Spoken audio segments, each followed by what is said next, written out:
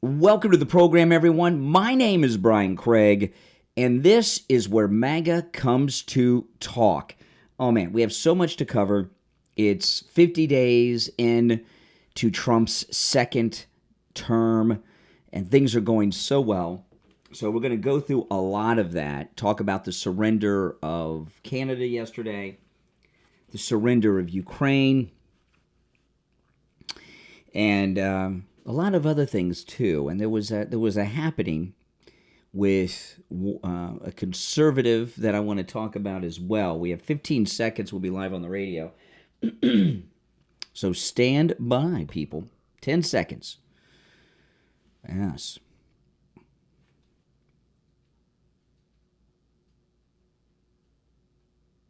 Welcome to the program, everyone. My name is Brian Craig.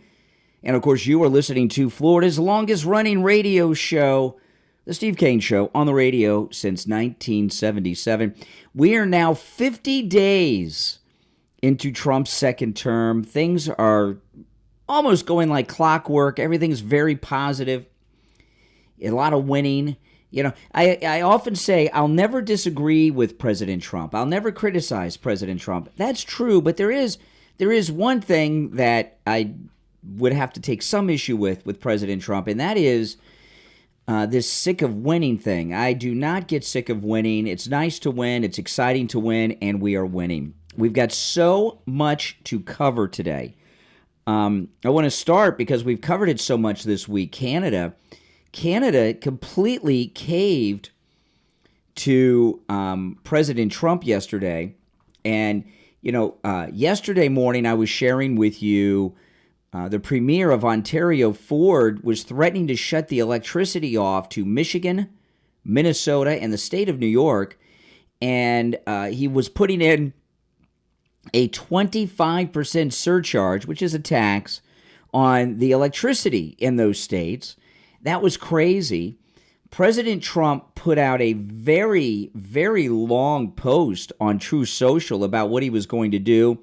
He ordered his Commerce Secretary to increase the tariffs on everything by another 25%, which would take us to the 50% import tax mark with Canada. And a short time after that, Ford came out and totally caved the surrender of Canada. And it happened on a dime. I've never seen something happen so fast. You know, Canada is a very weak country. We have had regime change in Canada. Trudeau's out because President Trump posted on Truth Social calling him Governor Trudeau. And now the Premier of Canada surrendered their nation's sovereignty to President Trump yesterday. And somebody got to this guy, Premier Ford. Listen to this. Well, just a little while ago, I had an opportunity to speak to Secretary Lutnick. And Secretary Lutnick is... This guy's never missed a meal. ...to us to come down and immediately meet with him, meet with the whole trade administration, and discuss the future. Rather than waiting till April the 2nd, threats going back and forth. You know, now this video, the Premier of Ontario, Mr. Ford here, who is morbidly obese. I mean, he's got the body of Christy. Is it Ontario? Yes, that's what I said. It doesn't matter. It's all Canada. We don't care about your provinces up there. They don't matter. We just one big country, Canada. This is one of those hostage videos. He seems very nervous. Ford was talked to by some higher ups in Canada who told him that he better get out there and withdraw these threats against President Trump in the United States. He doesn't sound his normal tough self, does he? Tit for tat. I've agreed to suspend temporarily. We always have that tool in our toolkit until we sit down over the next day or two. I'll be heading down to Washington along with Dominic LeBlanc. Dominic LeBlanc. I mean, wasn't he on Friends? A good discussion. You know, and with any negotiation that we have, there's a point that both parties are heated, and the temperature needs to come down. Oh, yeah. And I thought this was the right decision. They understand how serious we are about the electricity and the tariffs, It's about, not a boot. Okay, learn to speak the English there up in Canada. Okay, so he was talking all butch day before yesterday. Oh, I'm going to shut off the electricity. I'm going to raise the electricity price to 25%. Another 25% on top of the taxes we already have. And then that afternoon, he totally surrenders the sovereignty of all of Canada to Donald Trump. See, we were talking so much yesterday about how weak of a country economically Canada is. They have a small population. Most of the population is working poor, very low income. They don't have really any economic power. Canada is 100% dependent on the United States to survive, to live, to get by. That's why 80% of Canadians live within 150 miles of the border of the United States. They're so dependent on us. And when President Trump came in and raised those tariffs, that wasn't even with the auto tariffs. He was still holding those off till the second. But when the president came in and ordered yesterday, raising the tariffs another 25%, taking them to 50% on all goods imported from Canada, that was it. The powers that be in Canada got this guy in a room or on the phone and said, you need to go back there and take all that back and be very apologetic. And rather than going back and forth and having threats to each other, we have both agreed, let cooler heads prevail. We need to sit down and move this forward. Yeah, so Ford completely caved. Canada has surrendered. Trump has won again. This is a wonderful thing. We in America, we like Canadians, okay? We have no problem with Canada, and we have no problem with Canadians. But the elitists that run your government, they're the problem, these globalists. And they've been ripping us off. They've been taking advantage of the United States. They've been doing this for decades, maybe centuries. And we still want to be your friends and your brothers and all, but you've got to stop stealing from us. You've got to stop ripping us off. Americans, we're very forgiving people. We're not going to hold against you all these things that you were ripping us off and stealing from us and taking advantage of us, as long as you start doing the right thing now. So that's absolutely amazing. All right, our number is toll-free, 1-888-465-2631. 888-465-2631. That's our toll-free number. It's toll-free no matter where you're listening, and you're welcome to call in about anything we bring up today. And then Ukraine agrees with Marco Rubio at the Saudi Arabian conference to a ceasefire. Now, I just saw a few minutes ago in the Daily Mail, I've not seen it reported elsewhere yet, but the Daily Mail has a pretty big story claiming that Russia has launched a massive rocket attack on Ukraine. And they have some photos. I don't know if they're from this current attack or if they're file photos. I haven't seen that reported on any other news outlets yet, but it's being reported in the Daily Mail, and they're saying, and they're left-wing and hate Trump, by the way, and the Daily Mail is saying that this is Putin's answer. Well, first of all, I need some confirmation from some people that I trust and believe, like the President of the United States, the Secretary of State of the United States, Florida's own Marco Rubio, or someone like that, to confirm that Russia is attacking Ukraine now. Maybe they are, but maybe they're not. Maybe somebody else is doing this because they don't want the ceasefire to happen. Because once the ceasefire happens, the real peace talks begin. And when the peace talks begin, well, that's the beginning of the war ending, and that's when the military-industrial complex stop getting fed all the tax dollars. So I am not so quick to just say, oh, the Daily Mail is reporting this story, and maybe, I need to know more, and I need some confirmation. It doesn't really make sense to me that Russia would do this right now because they're so they have such an upper hand against Ukraine in the negotiations because Ukraine is on the verge of complete military defeat. They're using Down syndrome people in their army. They're so short on soldiers for their army. I want to tell everyone, though, about Jupiter Joe Thomas. Jupiter Joe Thomas, he's a retirement planning expert. He's a financial advisor. And we talked to him about annuities. And I've heard about annuities my entire life. I've heard people talk about them on radio shows like this and elsewhere. And I never understood them until Joe Thomas explained them to me. And it took less than a minute. And when he explained to me what annuities are and how they work, I said, I don't know why everyone is not in this. Because with annuities, your money is never at risk. No matter what happens in the stock market, there could be a complete depression. Your money is not at risk. You don't lose any money. I mean, that's enough right there, right? Plus, you have guaranteed income in your retirement for the rest of your life. So your money's not at risk. You have guaranteed income for the rest of your life, and you get a 10% bonus on your money on day one. So if you invest $50,000, you get a bonus of $5,000 right out the gate on day one. This is amazing. And that revenue stream comes in handy, doesn't it, when you're retired? Oh, yeah. I'm at that age now where a lot of my friends are retiring, and they all, the ones that do it on their own, they all do it the same way. They say, okay, my monthly bills are this, so this is what I need. Well, that's what they are today, but what are they going to be in 5 or 10 years, right? So that extra revenue stream through the annuity is amazing. In fact, I've got a friend of mine who is really jammed up right now.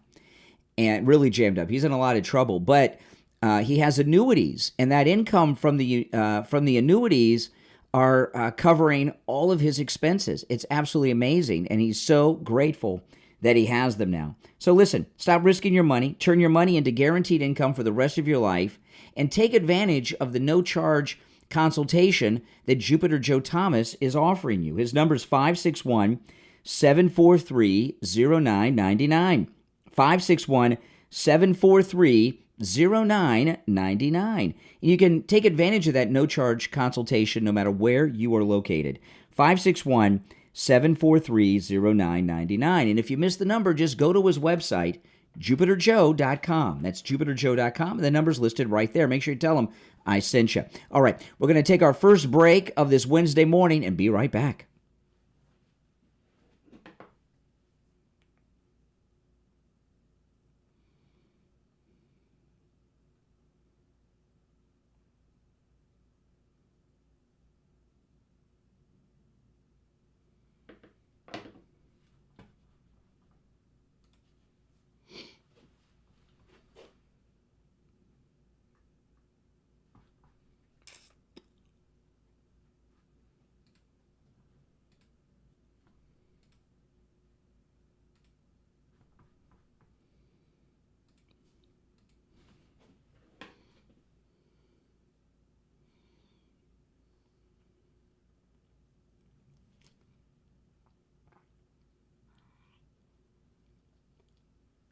Oh, got a sneeze coming on.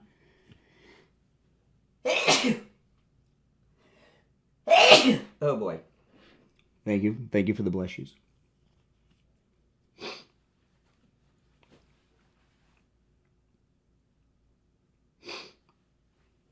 Wow.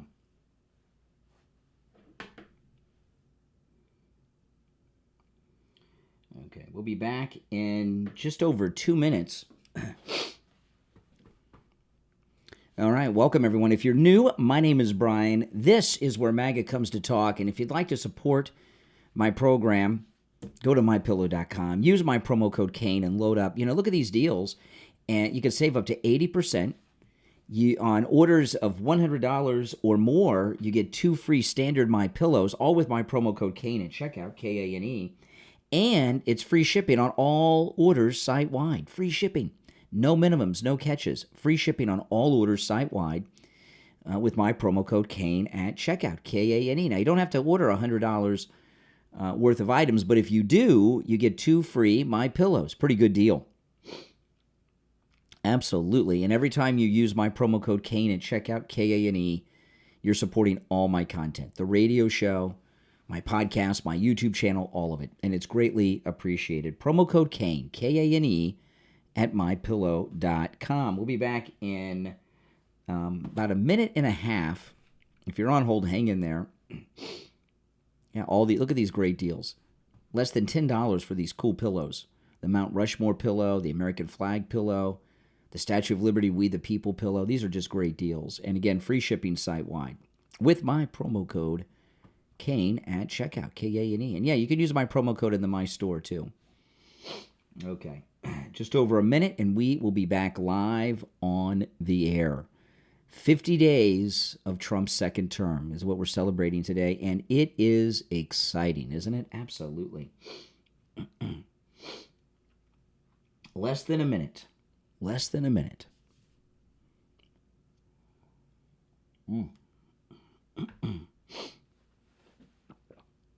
40 seconds. Yes. Welcome. It's in the 50s this morning here in sunny South Florida, which is ice cold by our standards. I got to tell you, it was 57 degrees when I got into the car today. Oh, my goodness. That's the dead of winter.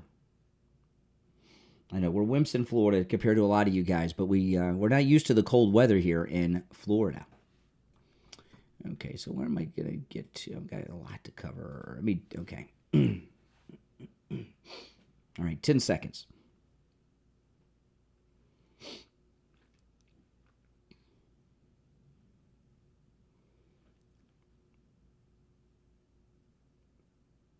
Welcome back, everyone. I'm Brian Craig. It's the Steve Kane Show, Florida's longest-running radio show. Am I the only one whose body clock is messed up from this time change? I just can't get used to it because, it's coming up on 20 minutes after 6 a.m., right?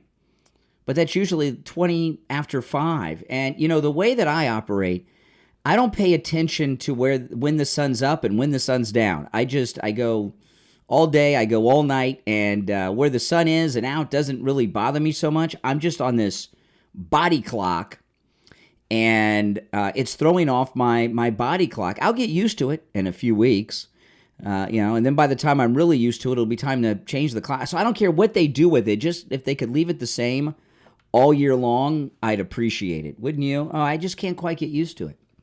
That's just me. I don't know why we do this. Someone a long time ago had to have gotten paid to bring this in. There was a reason, believe me. All right, you're on the air. What's your name? Where are you calling from? This is Mike from Louisiana. Oh, hey, Mike. That hostage video from earlier by Ford, that's what that was. That was a hostage. You said it. That was a hostage video. Yeah. That order to do that video probably could have come down from as high up as Prime Minister Cornyn's office, So, someone got to him. And I noticed this new Prime Minister, he was silent yesterday, like a mute. Yeah. That's the thing. Maybe he has a little bit of fear, too, because remember how he got it? Remember how this Prime Minister got in office, kind of like Kamala did, Well, they know not to mess with. They know that Trump means business. All right, I appreciate the call, Mike. Yeah, he's right. He seemed terrified. Now, I want to share this with you. Now, I talked about this last week, and I hope this does not become a pattern. Now, Gavin Newsom has launched a podcast, okay?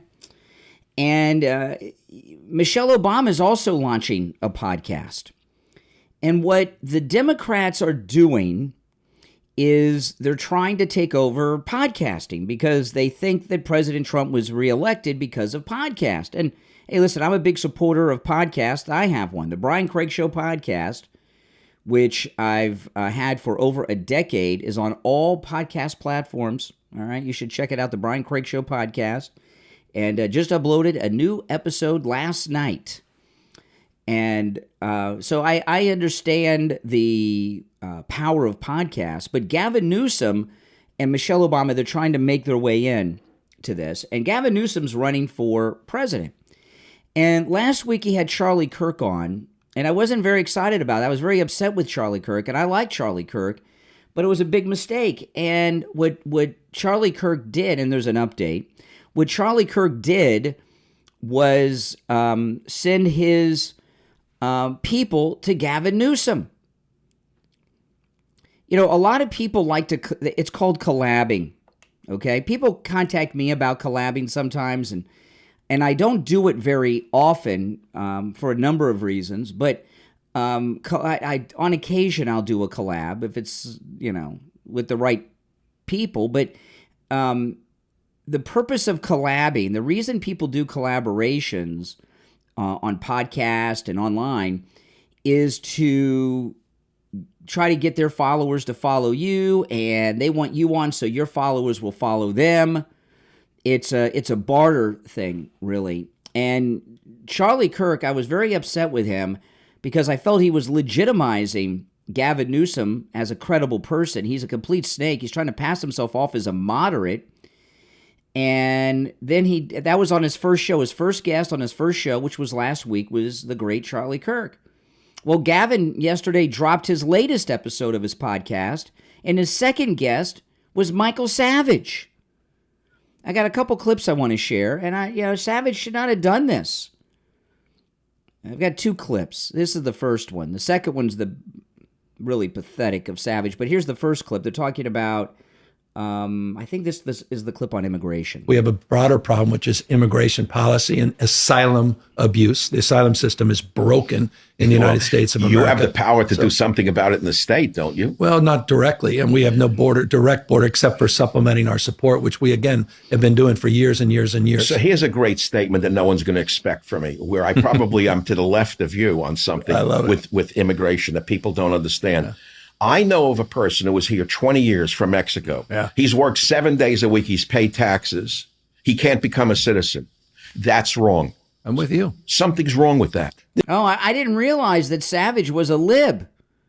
Wow, that's pretty. I'm pretty shocked to hear that. This is interesting. Just the last comprehensive survey in the state of California, and this is not a contemporary survey, needs to be updated, said that 67% of people that are here without documentation in California have been here for 10 plus years along the same lines. What are they paying? Okay, here's the problem with these conservatives going on Gavin Newsom's podcast.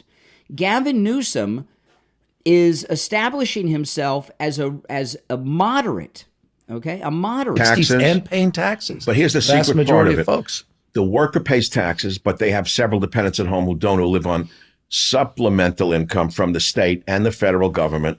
That is a problem. And therein lies, yes, some of the sort of dialectic you and I will have to have in terms of what's the appropriate level of support and how you deal with that reality. The federal failure to address the issue of immigration policy, and border, we completely agree with. The question is, what's that pathway to address the example you just provided? Okay. So, and I got another clip that I'm going to play after the break that is just really pathetic of Michael Savage. Now, I like Michael Savage, okay? I do like Michael Savage. I've listened to him forever, okay? And I do like Michael Savage. However, Gavin Newsom is manipulating his second conservative here, portraying himself as a moderate. And I know a lot of you will say, well, we know he's a California liberal. Many, many Democrats voted for President Trump because of the failures of the Democrats. But we didn't grow the majority in the House that we would have liked, because while a lot of Democrats crossed party lines and voted for President Trump, they still voted Democrat down ballot on that congressional races, okay? Because of the lunacy of Kamala and things, but they voted still for Democrats in the congressional races. And what Gavin Newsom is doing, he's not talking to you or me. He's trying to get back some of those Democrats that voted for Trump. He's coming off as a moderate. And he's doing this with the cooperation of Charlie Kirk and now Michael Savage. And I was very surprised that he was lib with this criminal who's been living illegally on the land for 20 years from Mexico. If you're on hold, hang in there. I'm going to take our break for the bottom of the hour. And I do have another clip, just one more, of Michael Savage with Newsom. And he is not a moderate. He is a radical San Francisco lunatic liberal. The next clip is just shows how pathetic Michael Savage can be. He's got some ego issues, okay? All right, now, if you're on hold, hang in there. We're going to take our break for the bottom of the hour. We're celebrating 50 days of winning for President Trump in his second term. We are halfway through today, the first 100 days of President Trump's second term. Our number is toll-free, 1-888-465-2631. I'm Brian Craig. It's the Steve Kane Radio Show. We'll be right back.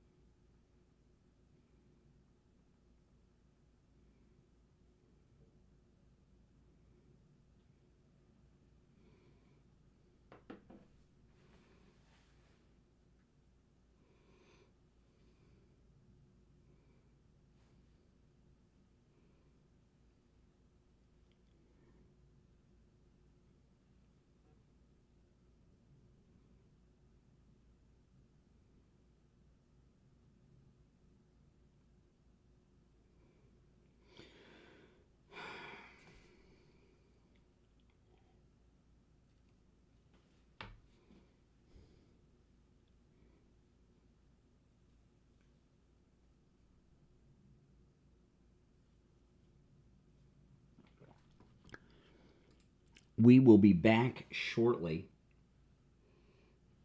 About 90 seconds, we'll be back. If you're on hold, hang in there. I'll go to the phones.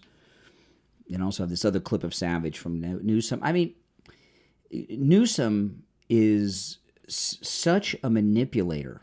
I mean, these conservatives they're making big mistakes going on Newsom's show. I'm sorry. It helps him too much. And I don't know who'll be next.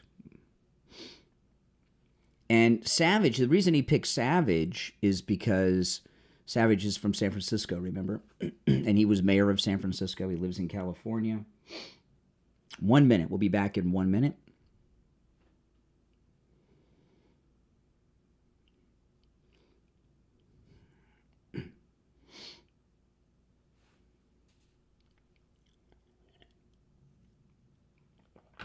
Because remember, in the next election, somebody comes off as a reasonable Democrat, they could shave off some votes. We don't want that. Why are our people helping Gavin Newsom reinvent himself?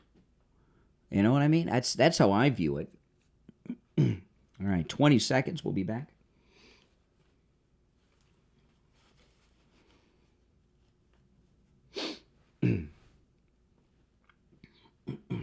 Libertarians are the worst. They're almost as bad as liberals. They're very self-destructive.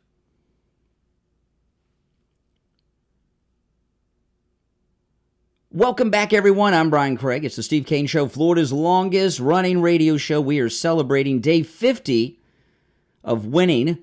Day 50 of President Trump's second term is today. Very exciting, and there's so much to celebrate. You're on the air. What's your name? Where are you calling from?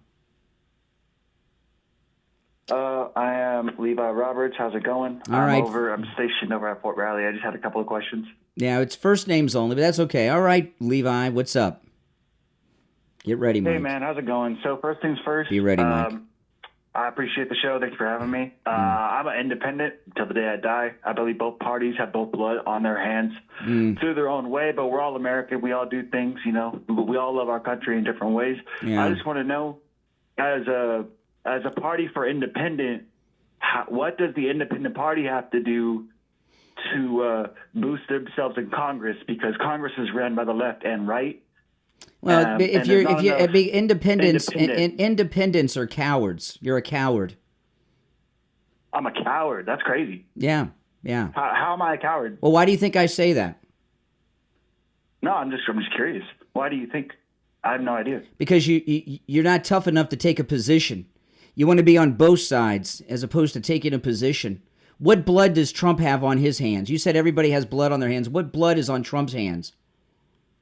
What blood is on Trump's hands? Okay. You said they all got. Just give me the most outrageous example. You say both sides have blood on their hands. Share the blood on Trump's hands. Absolutely, I got you. Two of my buddies died in the Afghanistan bombing, and he blamed it on Biden. Yeah, that was Biden's fault, but no, it wasn't. But Biden's Trump didn't. What were your buddies' names?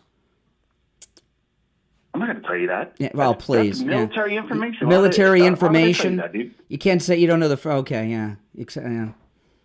I mean, why? You know, and why? No. The other thing is this. You know, I don't mind people calling in and disagreeing, but why pretend to be something and somebody you're not?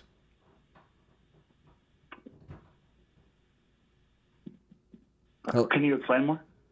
I don't have to explain. The explaining is just you trying to buy time to think of an answer. I mean, why can't you just call in as yourself and have a real conversation instead of doing this cosplay thing you're doing? Oh, I had a couple buddies lost. Lost at the Afghan withdrawal, and by the way, I'm at Fort whatever. Come on. Just be yourself. No, I'm not doing anything. Mm-hmm. I am being myself. I'm just saying. No, why would you say the independent party they're cowards? No. You said that everybody in power has blood on their hands. I asked you to give an example of Trump having blood on his hands. You mentioned the bombing in Afghanistan that he had nothing to do with. He wasn't even in office. So give an example of something that has resulted in blood on his hands. That wasn't an example. That was just your cosplay with your fantasy identity.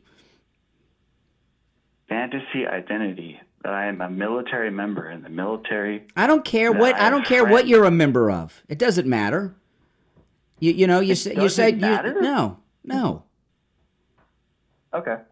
Why? No. Why should it matter? Why should it matter if you're in the military or work at Walmart? Well, you're better. You think you're better? No, you're absolutely right. We're all. You're absolutely right. We're all so give me an American. We all example. have a job Give me to an do at the end of the day. example of Trump having blood on his hands. Something he's done that's resulted in him having blood on his hands.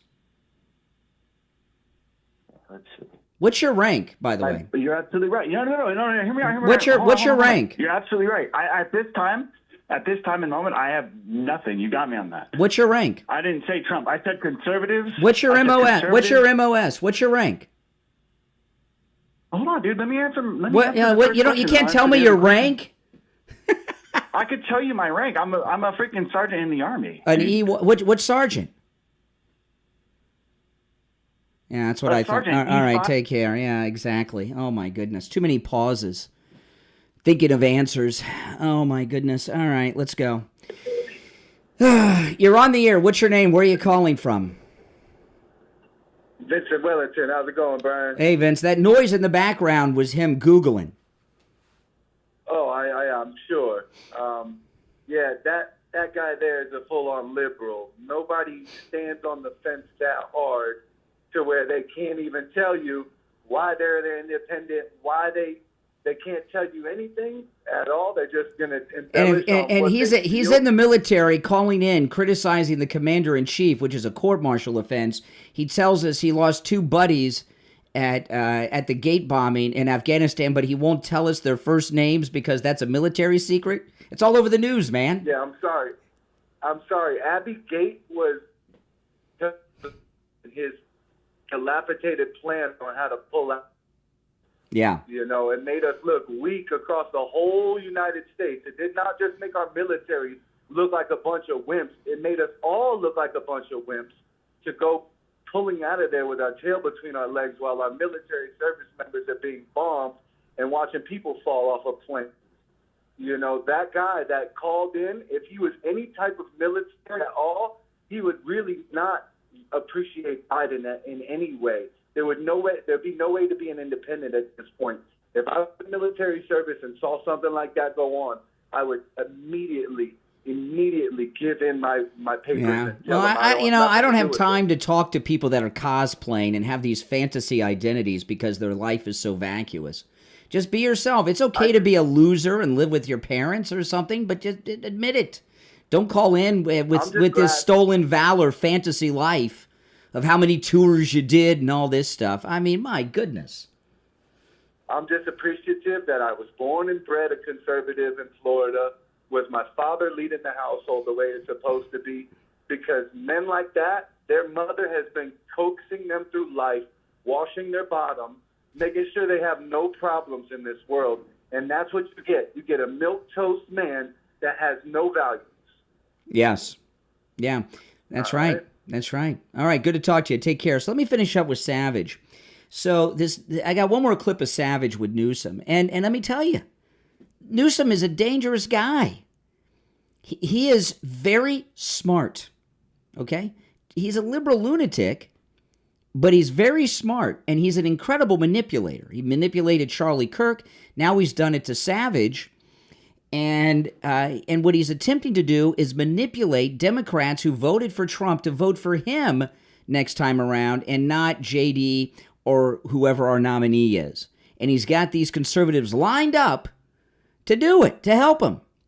So Michael Savage, the manipulation tool with Savage is his ego. He's got an ego.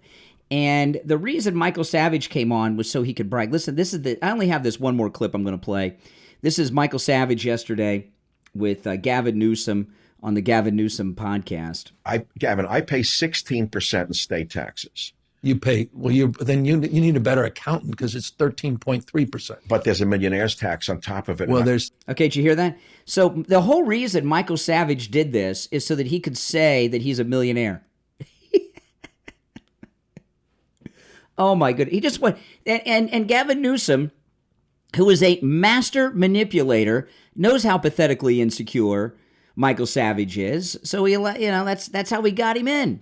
Gavin, I pay 16% in state taxes. You pay then you need a better accountant because it's 13.3%. But there's a millionaire's tax on top of it. Well, I work, and I'm 83 years old, and I still work. Right. Okay. I have another home in Florida. Yeah. I don't live there. Right. I prefer where I live. I've gotten you. See all this bragging. I'm a millionaire. I have multiple homes, one in San Francisco. I got a home in Florida. I'm so rich. I'm a millionaire. I have another home in Florida. Yeah. I don't live there. Right. I prefer where I live. I've gotten used to the fog, to the seagulls, to the cormorants. I know all the birds of the bay. I'm an avid boater. So I got used to watching the fog roll in over the Marin Hills. I watch it roll out in the afternoon. I love it. And I've always said you got the 10 zones, you got snow Oh, my goodness. to the desert. Right. So it's a perfect geographical location for me. Yeah. But there's a point at which I will leave this I state, get and it. that will be taxation without representation. I could go to Florida and pay no state tax. Right. Yeah, I mean, the reality is we have the highest tax rate, but not the highest taxes in America. Who has a higher state tax? Tax rate. The vast majority of people are not you. They're not the 1%, which means 99% of other people pay I'm different subsidizing taxes. them. No, but at the end, we can get to that. But the bottom line, places like you use Florida, they tax their low-wage workers more than we tax Yeah, our but Gavin, high-wage I workers. shouldn't. Okay, now first off, that's just a lie. We have zero income. We have no state income tax in Florida.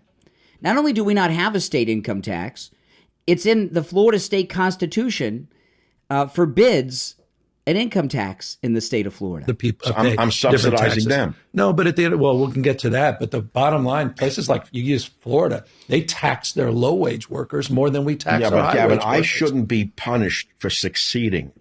Well, And no, it's sir. a disincentive to me. No, I get it. By the Why way, should I work? Why should I keep working? Well, there's many reasons, and you don't need to work. I know this. If there's No, one thing I of know, course. you of all people do not have to work. You do it But Gavin, I'm an immigrant son. I wore dead man's pants as a kid. Every nickel I have, Right. I've worked since I'm. Okay, yeah, and he goes on. This is bad news, guys. This is bad news. Conservatives need to boycott going on as guest on Gavin Newsom's program. He's coming off as a reasonable Democrat. He's using the exact same tactic that Bill Clinton used to get reelected in 1996. And I know you and I are onto him, but he's trying to get Democrats who voted for Trump back.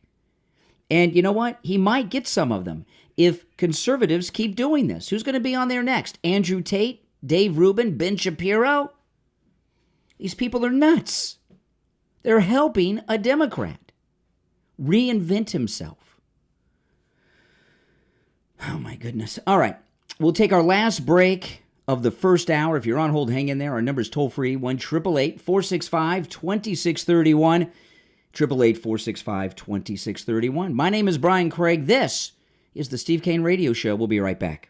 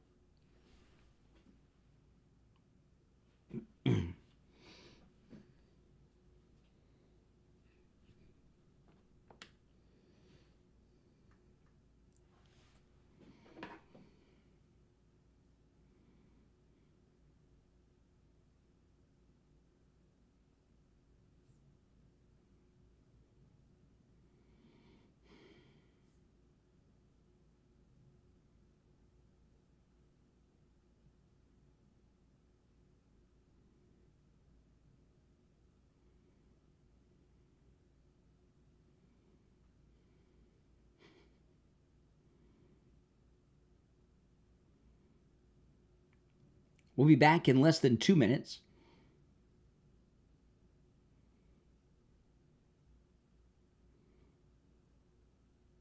If you're new, make sure you subscribe, guys.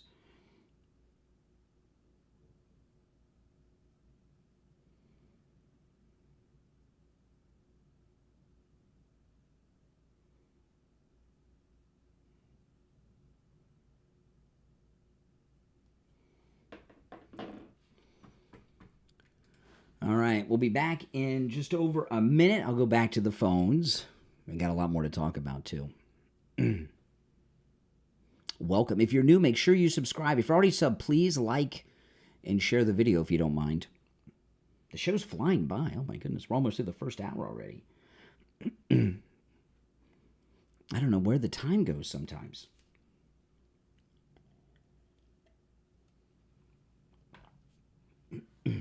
Less than a minute, about 50 seconds.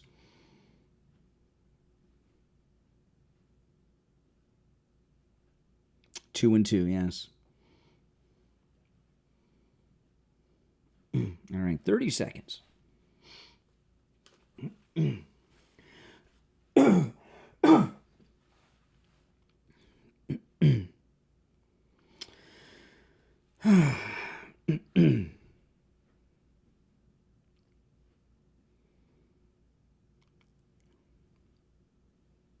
Time flies when you're having fun. That's absolutely correct, yes.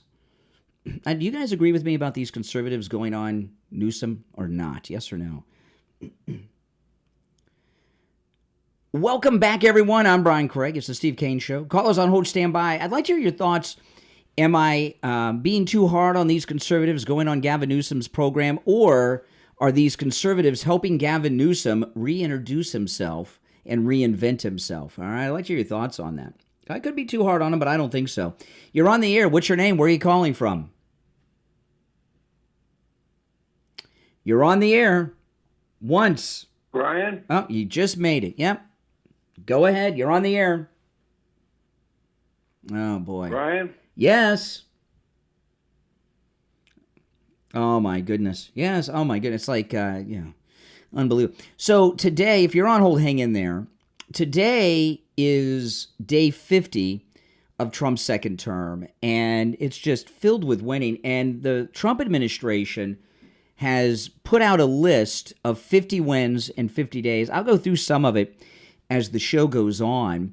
But, you know, what President Trump did yesterday, he got Canada to cave, right?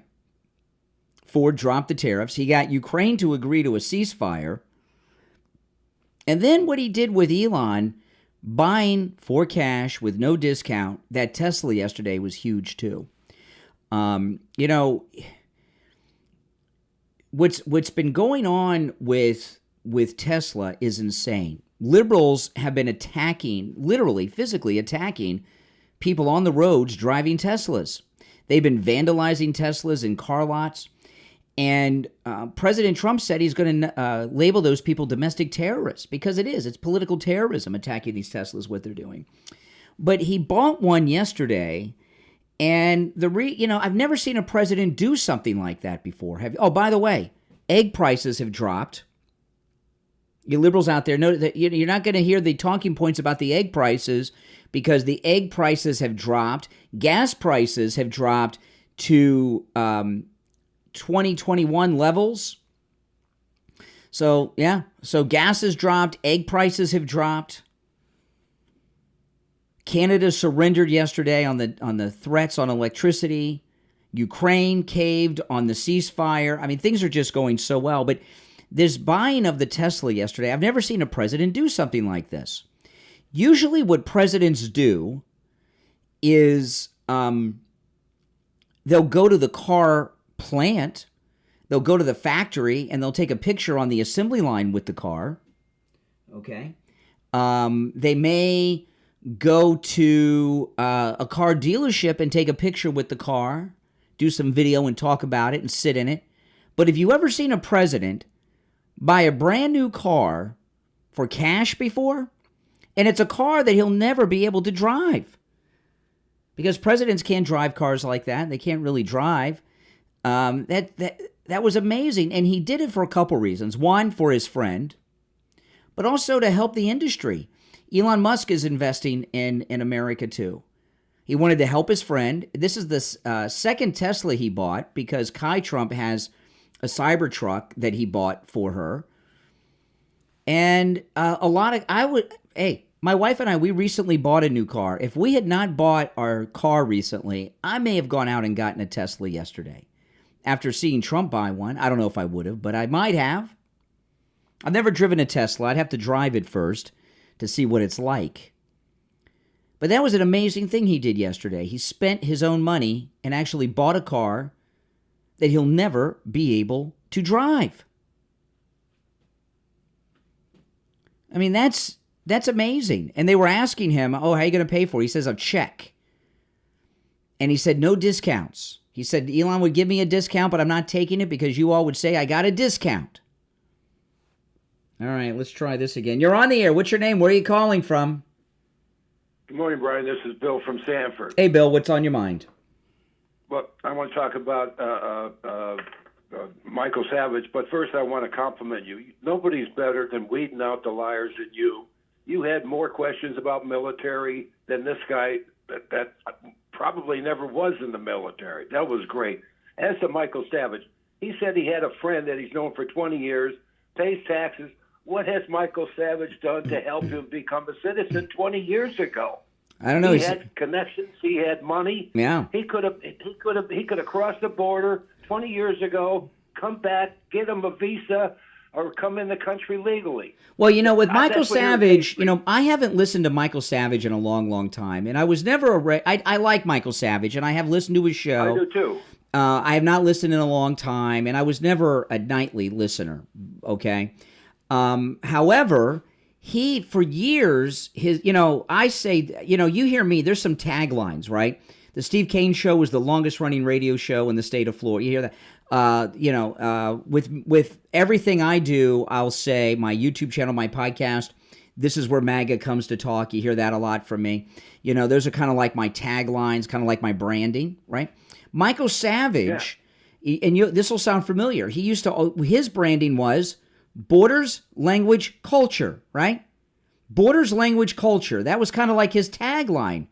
Borders, language, culture. And now we find out that he has this friend who's been in the country illegally from Mexico that he's known for all these years, and he's been on the air acting as if he's some strong on the borders guy. And he's not. It's a lie. It was a lie, right? Yeah. I was shocked to hear that, and that is the main reason I played that, because I wasn't going to play. I wasn't even going to talk about it because I did the thing with Charlie Kirk last week. But when I saw him that he's like hiding, keeping secret this illegal when he's been on the air for all these years saying borders, language, culture, it's been a lie. Well, but Charlie Kirk didn't do what Savage did about saying illegals, a friend that pays taxes, and he thinks that's wrong. Well, I would like to know how his illegal friend is paying income taxes. How is it using someone else's Social Security number? Yeah. Good question. That's right. I don't know. Great at that. Yeah. Figuring out. I mean, if he was on your show, he would be. He couldn't talk. He wouldn't be able to answer your Michael question. Savage is very good, except when he's talking to someone who disagrees with him. He can't handle it. He doesn't do well with anyone who disagrees. He screams and yells at them and hangs up on them. But I was in shock to hear him say that, because I always thought he was a strong border guy, but he's not, Savage. Well, I just hope more conservatives don't do what he did, and they probably will. Oh, I know this person, I know that person for so many years. They're good people, and they pay taxes and or whatever, and try to justify the nice people. No, they're illegal. Listen, they're illegal. Out of all the governors in this country, Gavin Newsom's he's only second to Whitmer in liberal insanity. Okay, but he is. I'm telling you, he is, from a Democrat perspective, electable. Not mine, not yours, from a Democrat perspective. And the whole purpose of the podcast is to reinvent himself as a reasonable Democrat.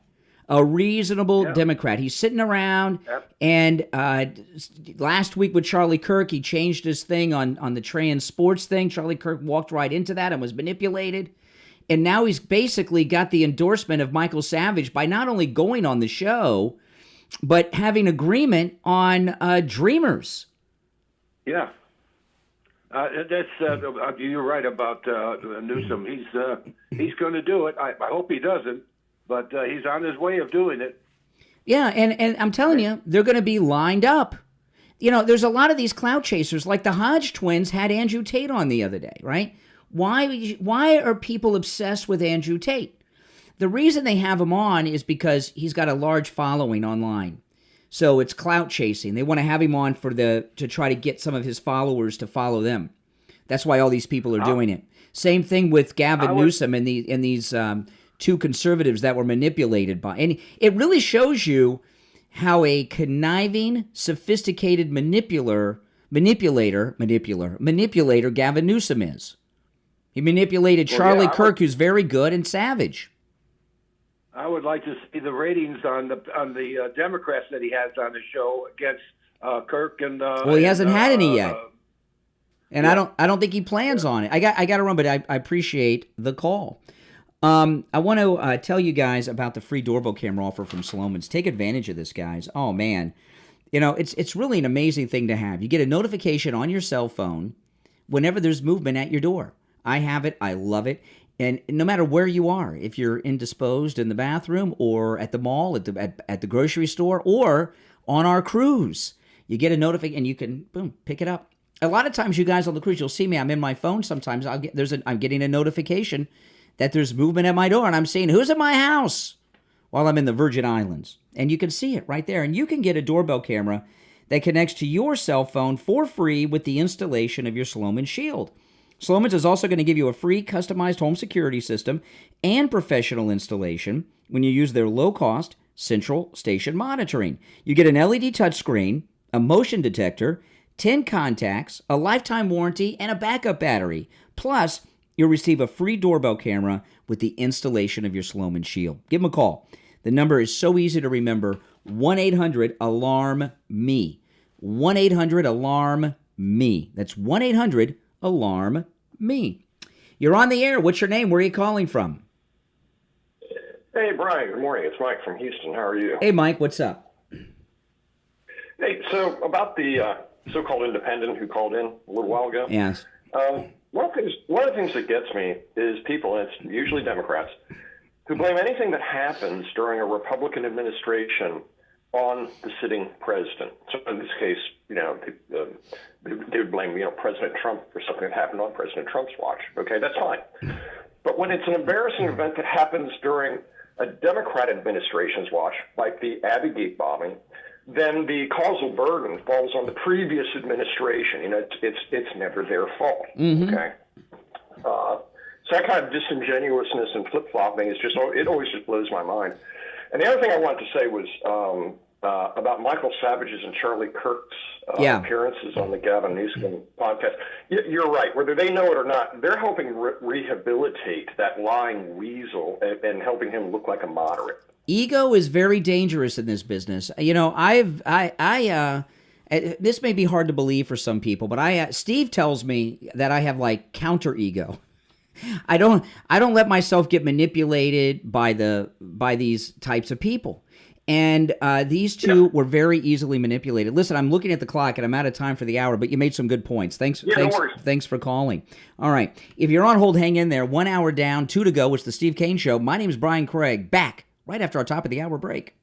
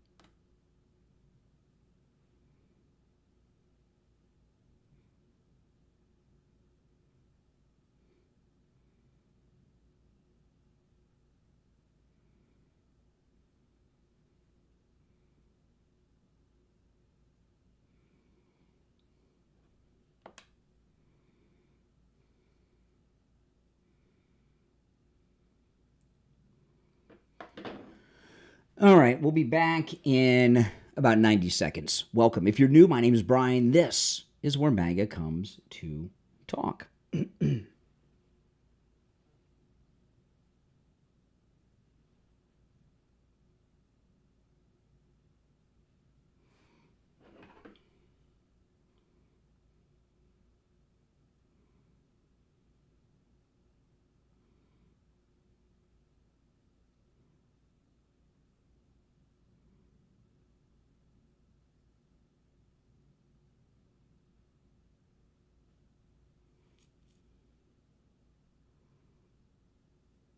Okay, 1 minute. We'll be back in 1 minute. I'm texting with Mike, the board op, at the radio station. If you're on hold, hang in there.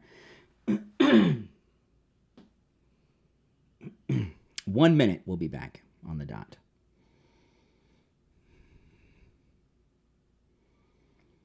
Yeah, this shirt here. Trump has seen this shirt. This one caught his eye. He looked at it twice because it's, Make America, George Washington. If you don't get it, it's a good one.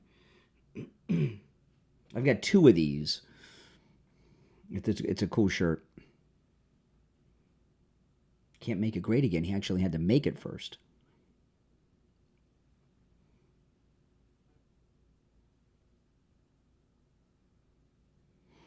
Okay.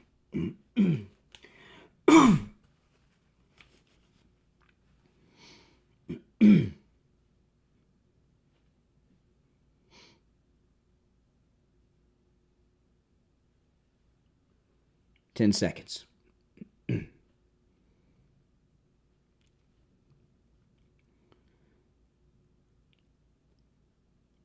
Welcome back, everyone. I'm Brian Craig. It's the Steve Kane Show. We've covered a lot in the first hour. You're welcome to call in about any and everything that I brought up in the first hour. I'll take a call or two before I do any recapping or bring up anything new. But I'd like to hear your thoughts on everything I brought up in that first hour. You're on the air. What's your name? Where are you calling from? Good morning, Conservative Doug. Oh, hey, Doug. The first thing is, man, I agree with you that this time internal clock is messed up. I've been saying it for years. What the hell do we need this for? Yeah, it's nuts. It takes forever, and they keep saying, "No, Congress is going to change it," and they never do anything. Anyway, back to the Gavin Newsom. I don't understand why any person who's not a Democrat would go on that show. I was hoping that guy would go on and nobody would show up, and then eventually he just cancel it. But they got all these damn Republicans. And I know a lot of people may think I'm saying, well, you talk to liberal jerks all the time. Yeah, what I'm trying to tell you, by the way, thanks for the call, Doug. You make some good points. What I'm trying to tell you is that Gavin Newsom, like DeSantis, is running for president. He's trying to bring back home Democrats that voted for Trump to the Democrat Party. He's reinventing himself. And Michael Savage and Charlie Kirk helped him. They're helping him. I'm sorry. You're on the air. What's your name? Where are you calling from? Hey, I'm James. I'm calling from Italy. Oh, okay. How you doing? All right. What's on your mind? Great. You called me. I'm an American, but I'm an American, but I'm traveling in Italy, so I just thought I would see what's going on. And I saw Trump actually just tweeted recently. He said, "If the Dow drops 1,000 points in 2 days, the president should be impeached immediately." Why do you think he would say that? Well, I would guess that it doesn't apply anymore. There's something else in play. There's something else in play. Yeah. But the economy must be doing the economy must be doing pretty good. You're in Italy, so what are you complaining about? Well, yeah, it's actually funny. I know it is, isn't it? I know. Worked hard. I worked hard. You worked hard. Yeah, I know. You're the one. You worked hard. Well, where in Italy are you? Yeah. I'm in Ischia, which is an island off of Naples. Oh, that's awesome. So that's super fancy. That's not even like some cheapo cheapo trip. So what are you worried about? The economy's doing well. You're in some exclusive part of Italy. What are you complaining about? Well, I'm still an American, and I have I forgot what it's called. Oh, empathy. Empathy. And I have family members. Yeah, I have family members. Tell me about the stock market being down. Why is it down? What does it mean? What's the significance? Why should I be concerned? I think it's down because we have a psychotic in the White House. And psychotic? He has no idea what he's doing. No idea. Psychotic, yeah. Can you give me an example of President Trump displaying psychotic behavior? Tariffs on, tariffs off. Tariffs on, tariffs off. Tariffs on, tariffs off. You tell me. If that's what you think has been going on, you're the one that's psychotic. Okay, tell me. He hasn't said that at all. How is that not what's happening? Well, now you're in Italy on a very fancy vacation, so maybe you're not up to date on the news. Okay, maybe you're behind on the news, and I don't know. Please, yeah. And I'm honored. What time is it where you're at right now? It's noon. It's right noon in the middle time. of the day. It's noontime. Really? Yeah. It's noontime. Maybe they don't change the clocks there, because I thought Italy was like 6 or 7 hours ahead of the East Coast. But it doesn't matter. But so that's correct. That's correct. Actually, they don't change the clocks here because the world is bigger than the United States. Oh, well, that's too bad. So here you are. too bad. This is very interesting. You say that Trump is psychotic. Here you are on some exclusive, beautiful island off the coast of Italy. Yep. It's noontime, the middle of the day. Instead of enjoying the beach or a Vespa ride, you've got Trump derangement syndrome. You're listening to me, calling me with this Trump derangement syndrome obsession. So I would say you're the psychotic one. But to get to what with the tariffs, see, hear the little bizarre responses. These yeps. Yep. Yeah. Go ahead. Yeah, keep going. Make your point. Make your fucking point. All right, there we go, Mike. Hit that dump. Oh my God, we got to hit the dump for the first time today. If you're on hold, stand by as we wait for the delay to rebuild.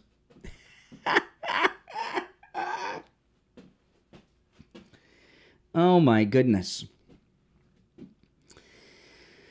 He thinks Trump is psychotic.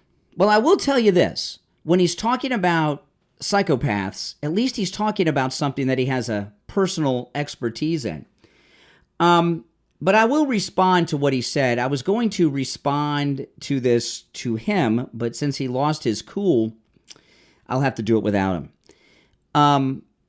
The tariff threat, look what happened yesterday. The day before yesterday, this Jabba the Hutt, Chris Christie, like Premier of Ontario, Ford, the brother of the crackhead mayor of Canada, who passed away, came out and said that he was increasing the price of electricity into Minnesota, Michigan, and the state of New York by 25%. And he was even threatening to shut down electricity coming in from Canada to our northern states during the coldest months of the year. President Trump posted on Truth Social that he was ordering the Commerce Secretary to increase all of the tariffs on Canada by 25%, except the cars. He's waiting till April 2nd for that. But that would put Canada at a 50% tariff import tax on all goods into the United States. A couple hours later, Jabba the Hutt Chris Christie, the Jabba the Hutt Chris Christie of Canada, Premier Ford, came out in a hostage video and completely reversed everything. Totally conceded. Totally surrendered. So the tariff threat that Trump is dangling in front of these people works. And we've seen it work with Mexico, who's playing ball. Okay, the delay is re-engaged. But, if a guy is on this beautiful vacation in Italy, it's noontime, why would he be watching and calling me? I don't know. All right, you're on the air. What's your name? Where are you calling from? Dayton from Canada. Hey, Canada. How's it going, Brian? It's going good. Canada surrendered their sovereignty to President Trump yesterday. You're well on the way of becoming the 51st state. You don't want this mess. No, we don't. We don't. It would mess up Congress. You would get 2 senators. It'd be awful. We don't want that. And a whole bunch of House members. Yeah, about yesterday and this whole trade war thing, I really think we're shooting ourselves in the foot by overreacting to it. Well, no, there was a threat made. There was a threat made on the United States yesterday, which I got to tell you, Michigan, Minnesota, and the state of New York. Those are some of our coldest states. This is the coldest time of year, and Premier Ford came out and was threatening to cut off electricity, which is needed for heat, which is life this time of year in our northern states. That's a very hostile threat that he made. Yeah, I don't like that guy. I agree too. I'll tell you what he likes. He likes food. Oh, my goodness. Yeah. Well, luckily I'm not on that side of Canada. I'm out in the west side. Mm-hmm. So what's on your mind? You called me. No, I just I've been a long time watcher, and we love Canada. I live in Canada, so I can't get a Trump hat that says 47 on it. What do you mean you can't? They won't deliver them there? Oh, I went to the website and it said you have to be a Canadian or American citizen because it's something that with campaign. Yeah, you can't go on Canada and you can't go on the Canadian Amazon and order Make America Great Again. Oh yeah, I totally can, but they're all fake, eh? You know, like you gotta get what's it called? What's Cali fame? I have no idea.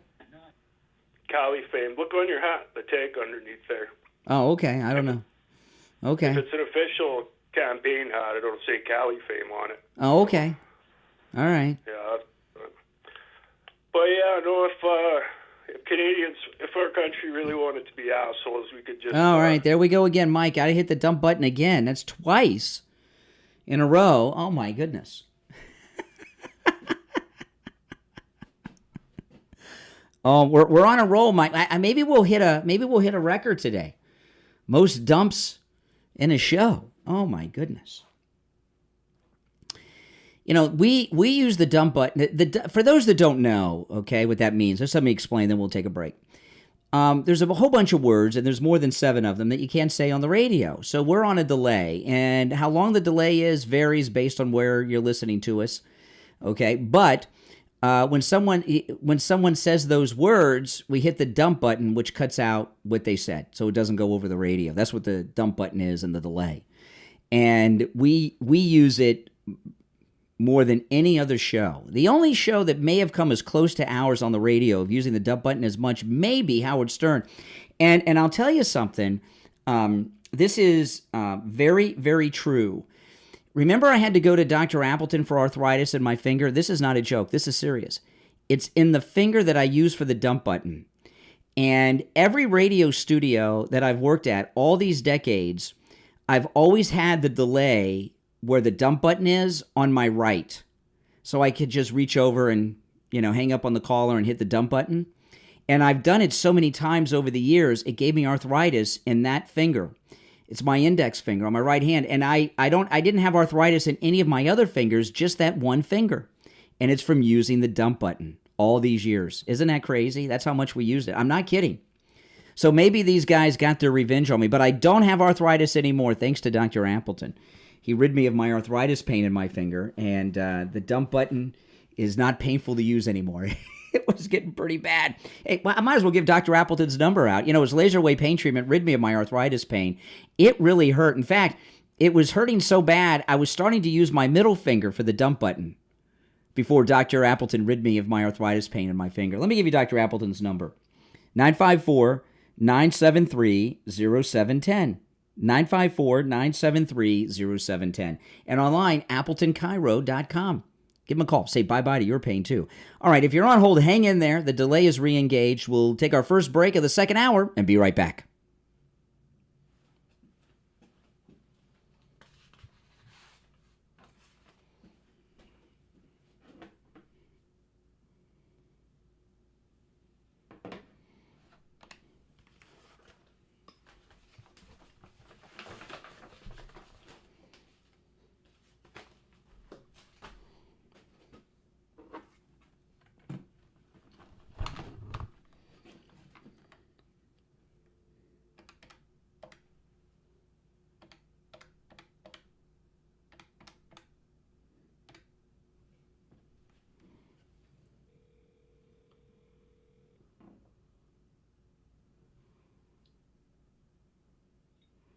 Hey Barry, it's Brian.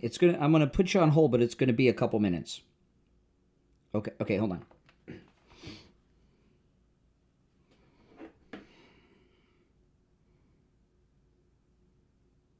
Two minutes. We'll be back in 2 minutes. If you're on hold, hang in there.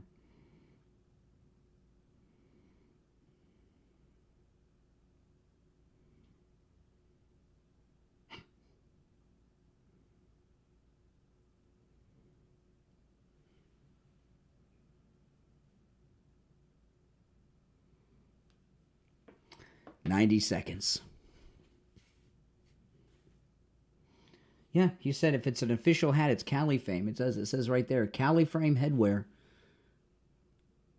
This is my favorite MAGA hat because Trump has seen this hat like 8 or 9 times with his own eyes in person. So I call this the cap of wisdom, the hat of wisdom. I always feel smarter when I'm wearing it since the president has seen it with his own eyes. I feel like a little bit of his intelligence is left behind. 1 minute. Exactly. What's going on with the callers today? The callers are in a mood.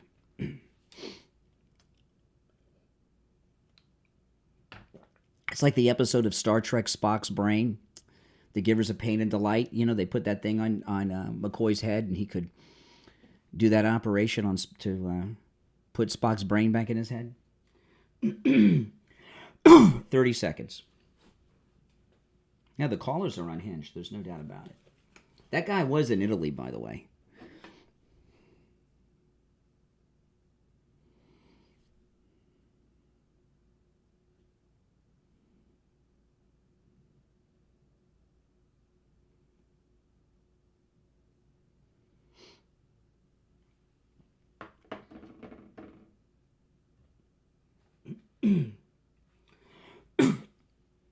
Welcome back, everyone. I'm Brian Craig. You're listening to Florida's longest-running radio show. It's time to check in with Attorney Barry Siegel from the Siegel Law Group. Attorney Barry Siegel, good morning.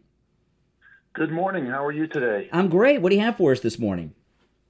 Well, today I wanted to just talk about one of the reasons why I went into the area of practice of being an elder law and estate planning attorney.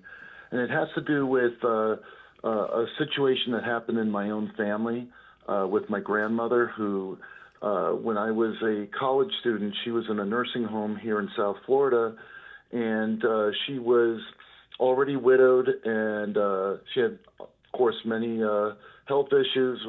She was in a nursing home, and she wasn't wealthy, but she had some savings, and the nursing home gave the family advice, and I'm sure they were giving the same advice to other families as well, that she should spend down her money, which was roughly around $7,000 a month for the nursing home, until she got down to the Medicaid limit of $2,000, and then they would apply for her and get her on Medicaid. And, of course, this was self-serving that got the nursing home more money because they made more on private pay.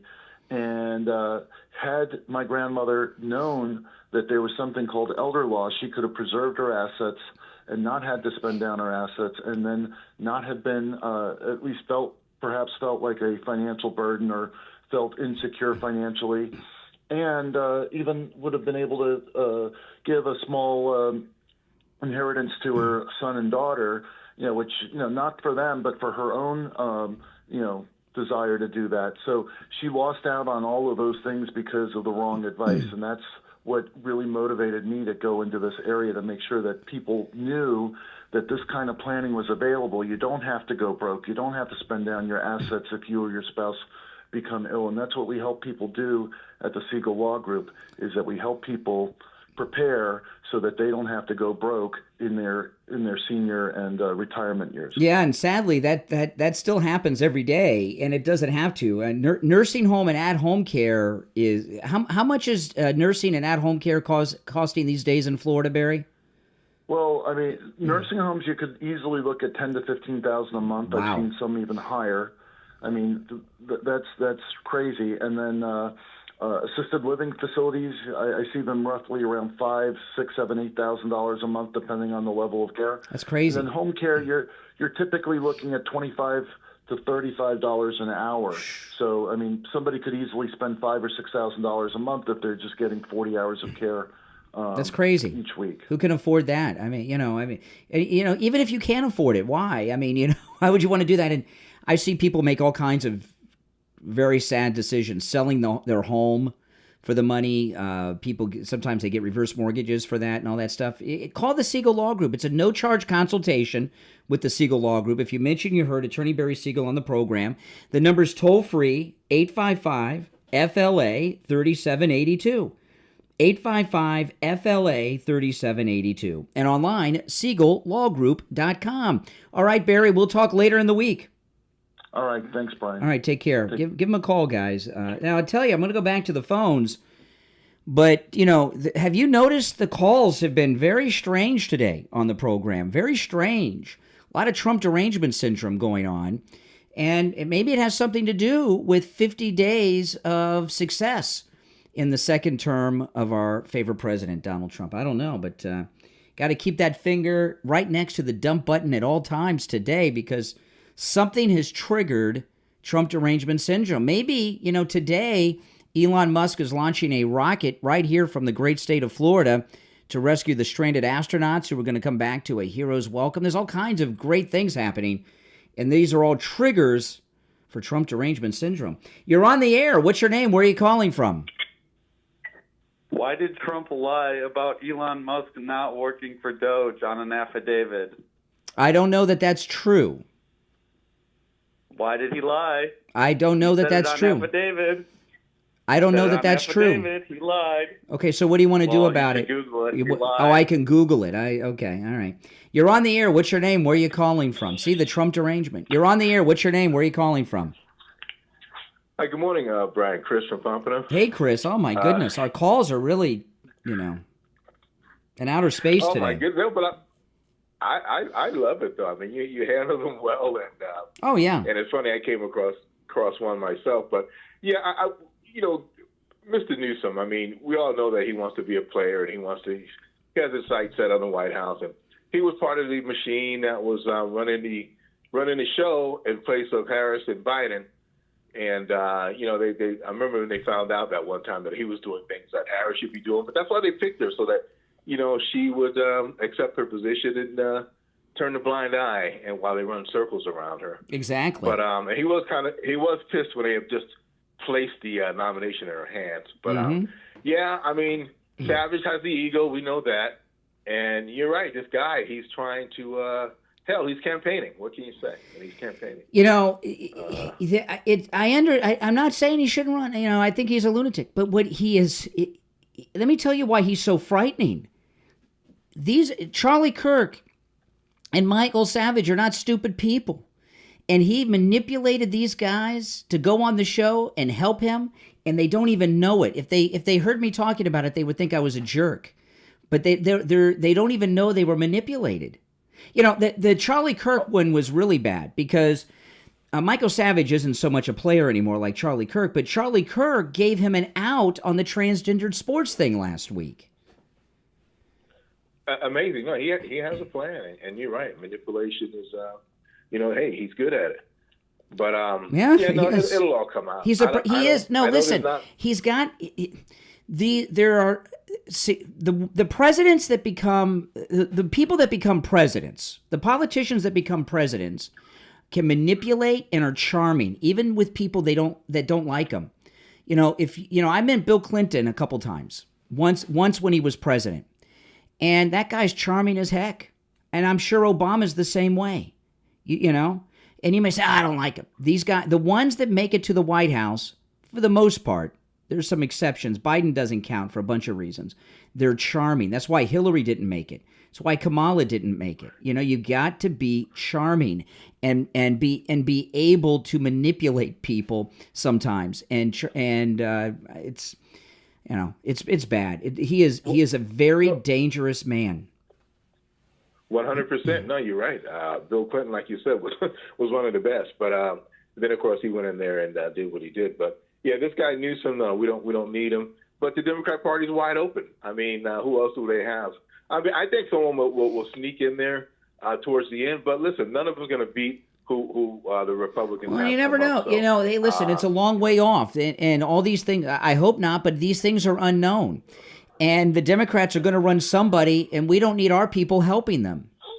Listen, there's a big real estate scam just went on with the fires of Malibu. Nothing could convince me anything different, okay? To sit down with this guy that's overseeing that and everything that this is crazy. He claims that they have no border with Mexico. Are you kidding me? They got tunnels coming into San Diego. And he sat there and told Savage that they don't even have a border with Mexico. No, absolutely. Follow the money. I mean, California is a hot mess, and I'm so glad my son transferred schools. And when I first went out there 2 years ago to see him play football, the gas was $6.59 a gallon. I couldn't believe it. But regulations on top of regulations, and they try to hide behind it. Yeah. No. We don't want any leadership in California at all, anywhere near. And we don't want our conservatives helping them. You know, they lost. The reason that the Democrats are trying to take over podcasting because they saw how Trump used it. Okay? And they know that the biggest issue that really hurt them was the transgendered issue. So he got Charlie Kirk in there to turn him around. Michael Savage isn't on the radio anymore, but he has a podcast. So they had Savage on, so Savage's podcast listeners would start listening to Gavin. This is crazy what people are doing. It's amazing, but you're right. There's no-brainers. If you go against any of the mainstream America wants what they want, you're in trouble. And so it's hard for them to walk that back. And you're right. Newsom is really, really trying to work his way back in there. All right, Chris. Good to hear from you. Take care, all right? All right, we're going to take our break for the bottom of the hour. If you're on hold, hang in there. It's the Steve Kane Show. My name is Brian Craig. Our number, toll-free, 1-888-465-2631. 888-465-2631. We'll be right back.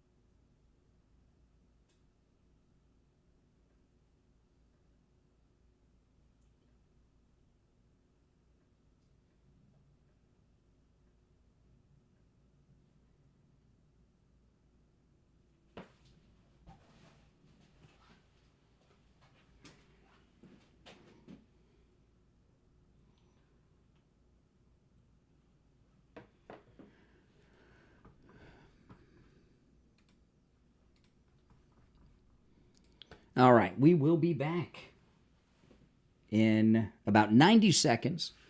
I was just going over some things I want to talk about coming. If you're on hold, hang in there. Yeah, the callers today are on another planet. Most of them, not all of them.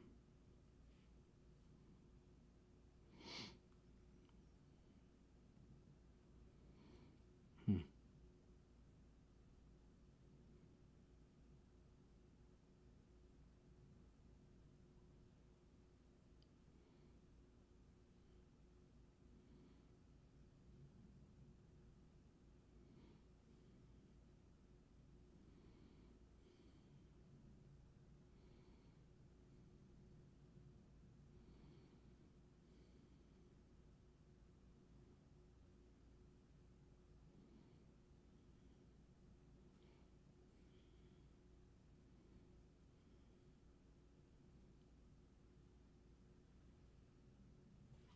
Thirty seconds.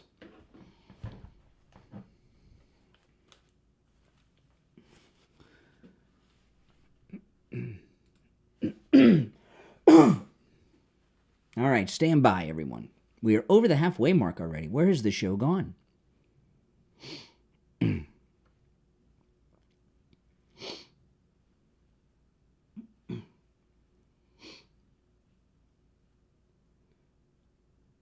Welcome back, everyone. I'm Brian Craig. You're listening to The Steve Kane Show, Florida's longest-running radio show. Today is day 50 of President Trump's second glorious term. Things are going very well. And big things happening today. They're shutting down the Department of Education.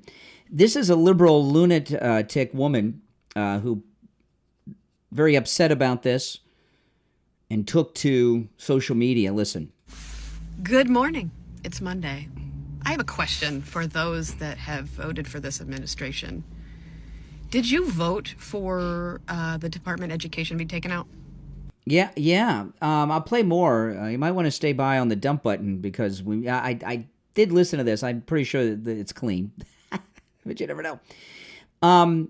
President Trump is shutting down the Department of Education today. Republicans have been talking about this for 20 plus years. Every Republican that's ever run for office was talking about shutting down the Department of Education. None of them took a step to do it. And Trump just did it on a dime. So yes, this has been part of the Republican Party platform for 25 years. And we did vote for it, lady. Yes, that's exactly what we voted for a lot of reasons. Good morning. It's Monday. I have a question for those that have voted It's Wednesday, for this administration. She did this a couple days ago. Did you vote for the Department of Education to be taken out? Yes. Dismantled. Did you vote Yes. for that? Yes, we did. I'm just curious. Yes, yeah. We did. I'm sure you wanted them to change things, but dismantling a department that helps your children. How does the Department of Education help? You know what the Department of Education does? It holds over local school districts money, and they use that money to get them to push their DEI, whatever the leftist agenda is at the time, okay? When I was in school, it was about taking Bibles out and sex ed. Now it's about critical race theory, okay? And helps a lot of people. Putting it with the states is not the answer, especially if the states don't have income taxes. Oh, please. You know, we have property tax in Florida, and that's what pays for our education system. If they're going to start taking those away too. Like, our children will hurt for this. Oh. They want to take away abortion. If you have a baby... This is amazing. This liberal loon, she claims to care about children, and in the same breath, she's an abortion advocate. So she wants to punish children in the womb before they're even born. But she's a defender of children. The states don't have income taxes, and if they're going to start taking those away too. Like, our children will hurt for this. No, they won't. They want to take away abortion. Yeah. If you have a baby, you got to take care of it. They don't help you there. Well, it's called, they do help you. There's EBT, there's welfare plans, there's getting a job, there's adoption, there's all kinds of options. There's also an option of not getting pregnant. Keeping your legs closed, okay? Then you take away education support. See, that's the problem. You know, the Department of Education brings in all these radical things, not just DEI, not just critical race theory, but their abortion rhetoric. I'm curious.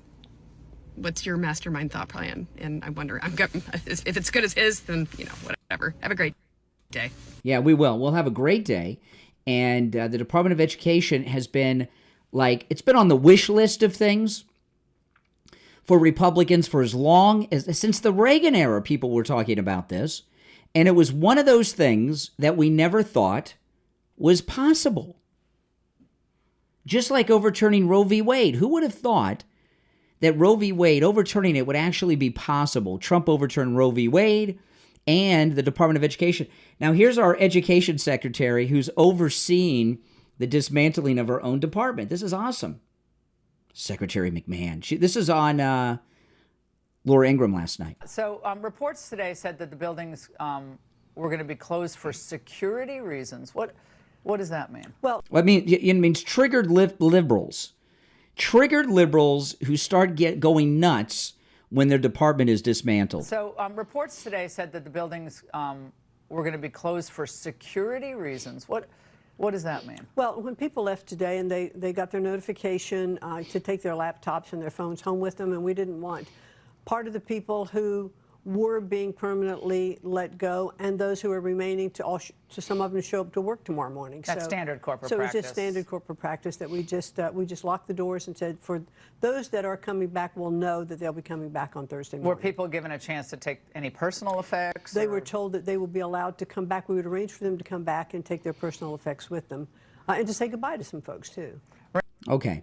Now, I'll say this about people in the government. We don't like to see people lose their jobs, okay? Nobody likes that. However, the bureaucracy of the federal government hates the American people. They hate us. They think they're better people. Have you, one of my favorite movies, Starship Troopers, and this is true in the book too, I believe. I haven't read the book in a long time. But in Starship Troopers, to be a citizen, you had to serve in the military to earn your citizenship.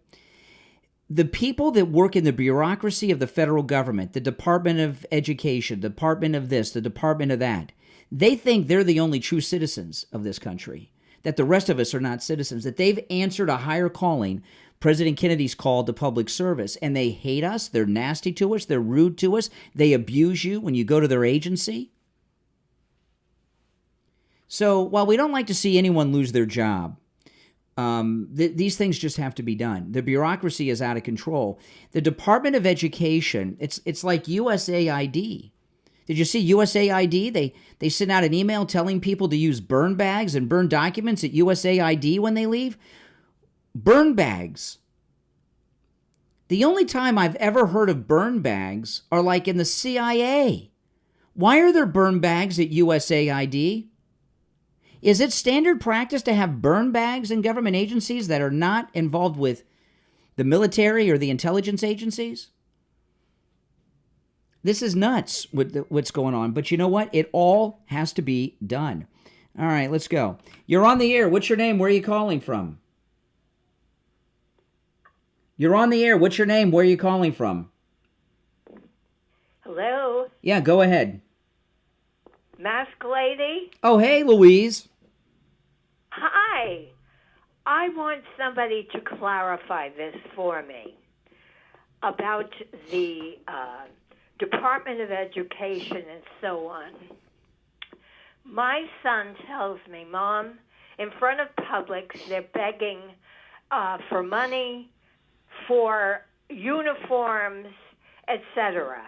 There was a commercial on television for weeks and weeks, Stuff the Bus, asking for money for supplies for the schools.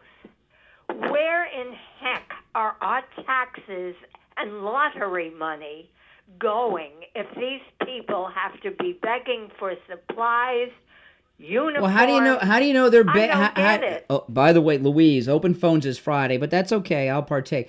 She was talking about property taxes and so on. Where are they going? Why do you think why do you think that they're necessarily raising money in front of the grocery store for school uniforms? That could just be a con, you know? It what? You say they're in front of a grocery store? Very low. Well, I can The hear audio. you. Well, I can hear you fine. They're raising money in front of a grocery store, you said, right? Yes. How do you know that they're really raising it for the uniforms? Maybe it's a con job. Oh, no, they're young kids, school kids. Oh, and what they're about the school kids. commercials? The commercial on television for months. Well, I remember when my daughter was in elementary school, we had to buy her uniforms. It was public school, and they were not, we had to go to a uniform store. And when you're young and you have kids that age, it can be a struggle. So, Well, what about for supplies, school supplies? I had to buy my own. I had to buy my own supplies. I had to buy my daughter's supplies. What I want to know, the lottery was supposed to be to fund schools. Yeah. And our property tax. I don't know, Louise. I don't know. I'm not really. I appreciate the call. I'm not really interested in where she's going with that conversation. Open phones is on Friday. You can call in about anything and everything on your mind on Friday's show, not the other days of the week. All right, listen, we're going to take our last break of the second hour. My name is Brian Craig. You're listening to the Steve Kane Radio Show. See, this, you know what I think it is? We've got a couple things going on with our call, because the calls today are weird, right? Would you not agree? The calls today are weird, which is fine. I don't mind a little weirdness. Gives a little variety. We got two things going on. Canada surrendered to Trump yesterday.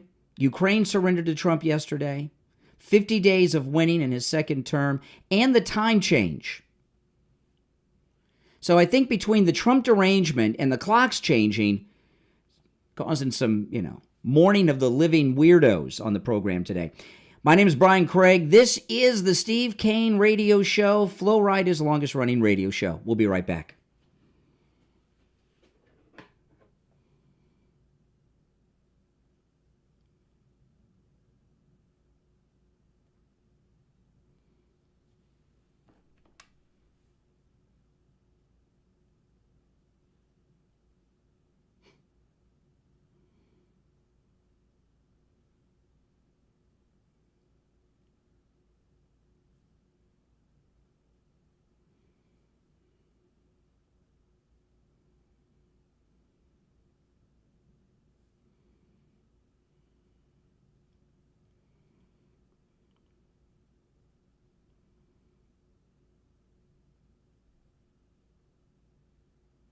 We'll be back in less than 3 minutes.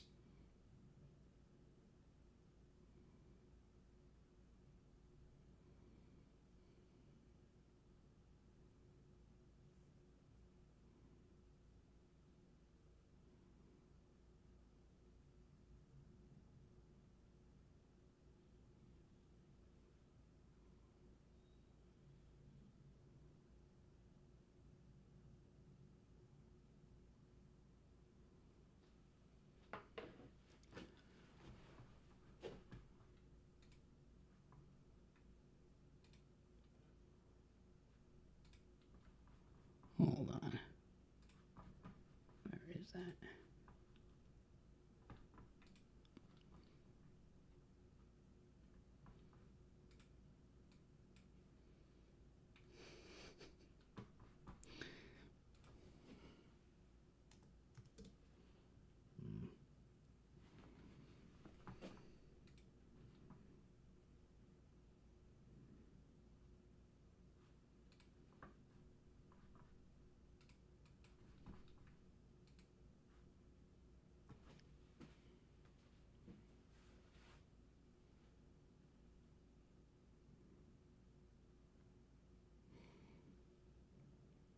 We'll be back in 90 seconds. I'm just queuing up a couple things I want to play before the top. I have a couple sound bites I wanted to play and I haven't gotten to. If you're on hold, hang in there.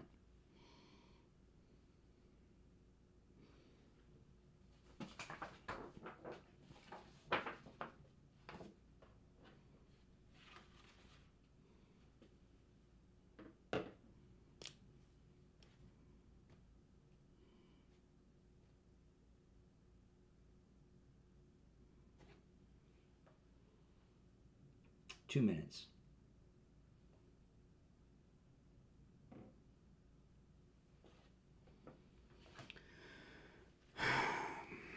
Yeah, this time change, this is the worst. Just the worst. I would like it to get darker earlier. When it's darker later, kids are out too late.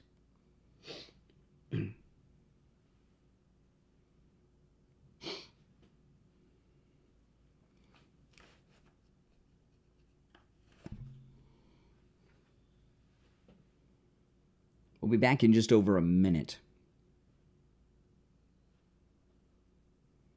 Randy, it can be exhausting. It can be.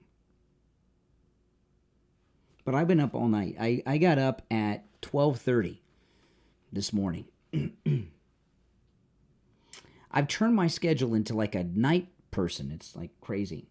1 minute will be less than a minute, 50 seconds. Well, the time changed. Sometimes they'll drop in a new commercial or take one out. They change the times sometimes. We're coming back in 30 seconds. Things change. It's live.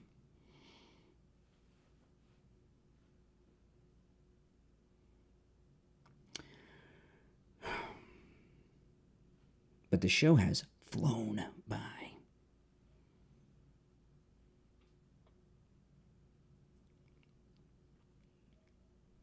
Here we go.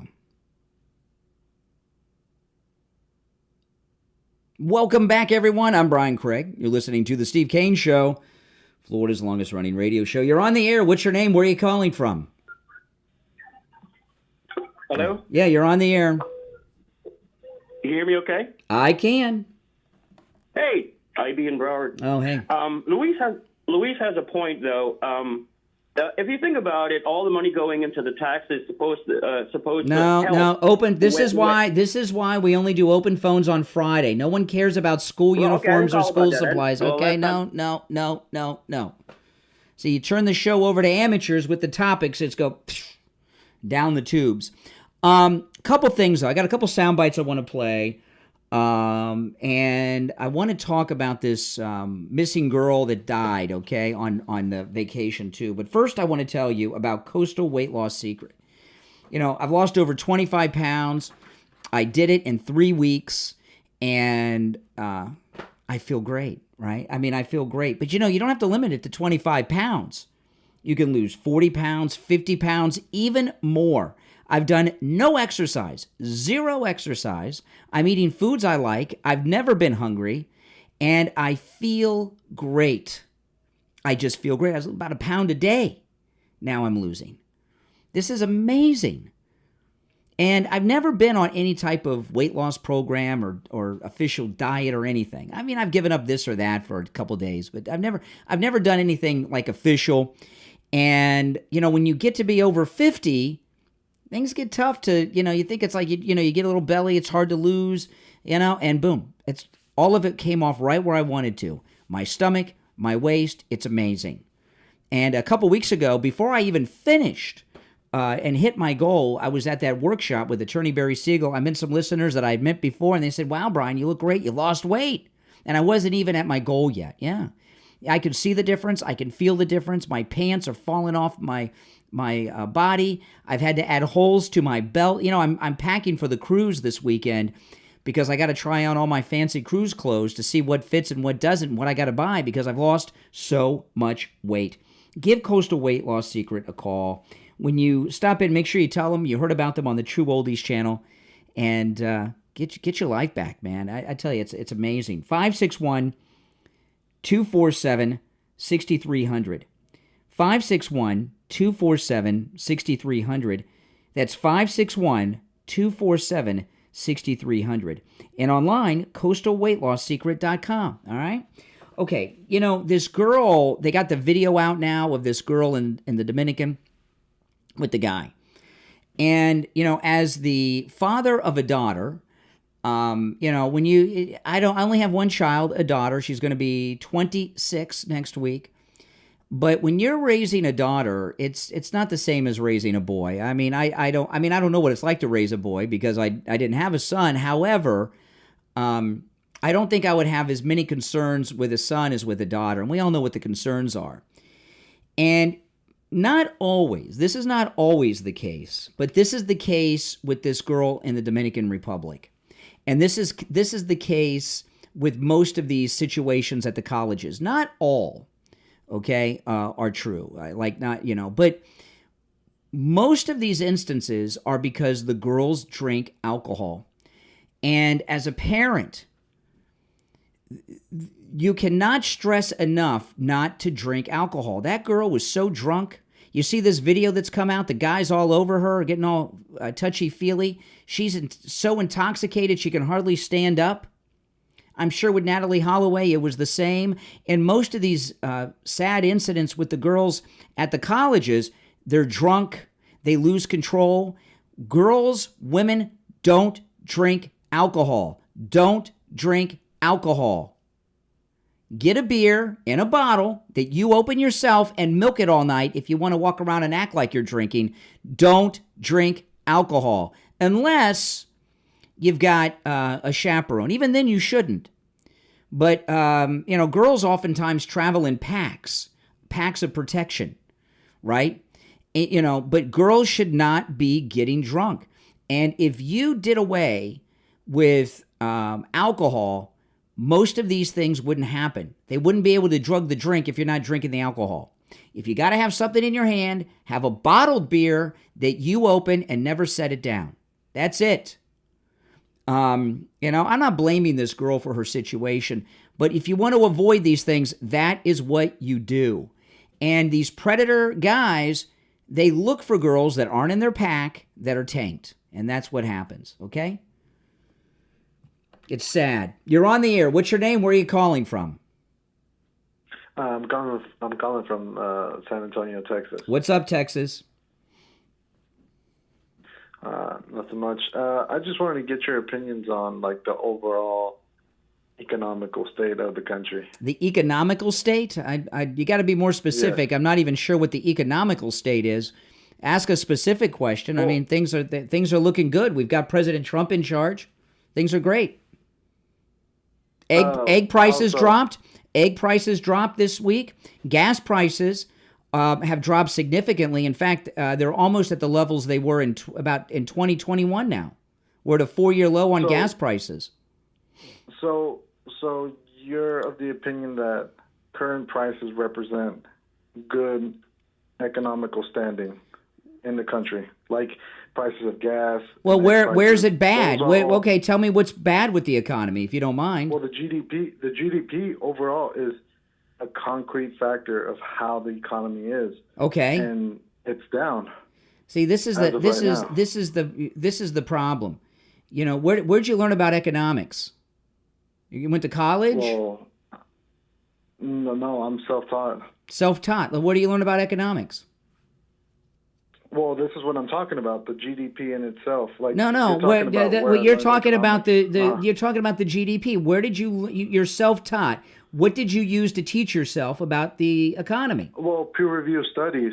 Peer review studies written by, peer review studies. I don't even know what you're talking about, either do you. But here's the thing.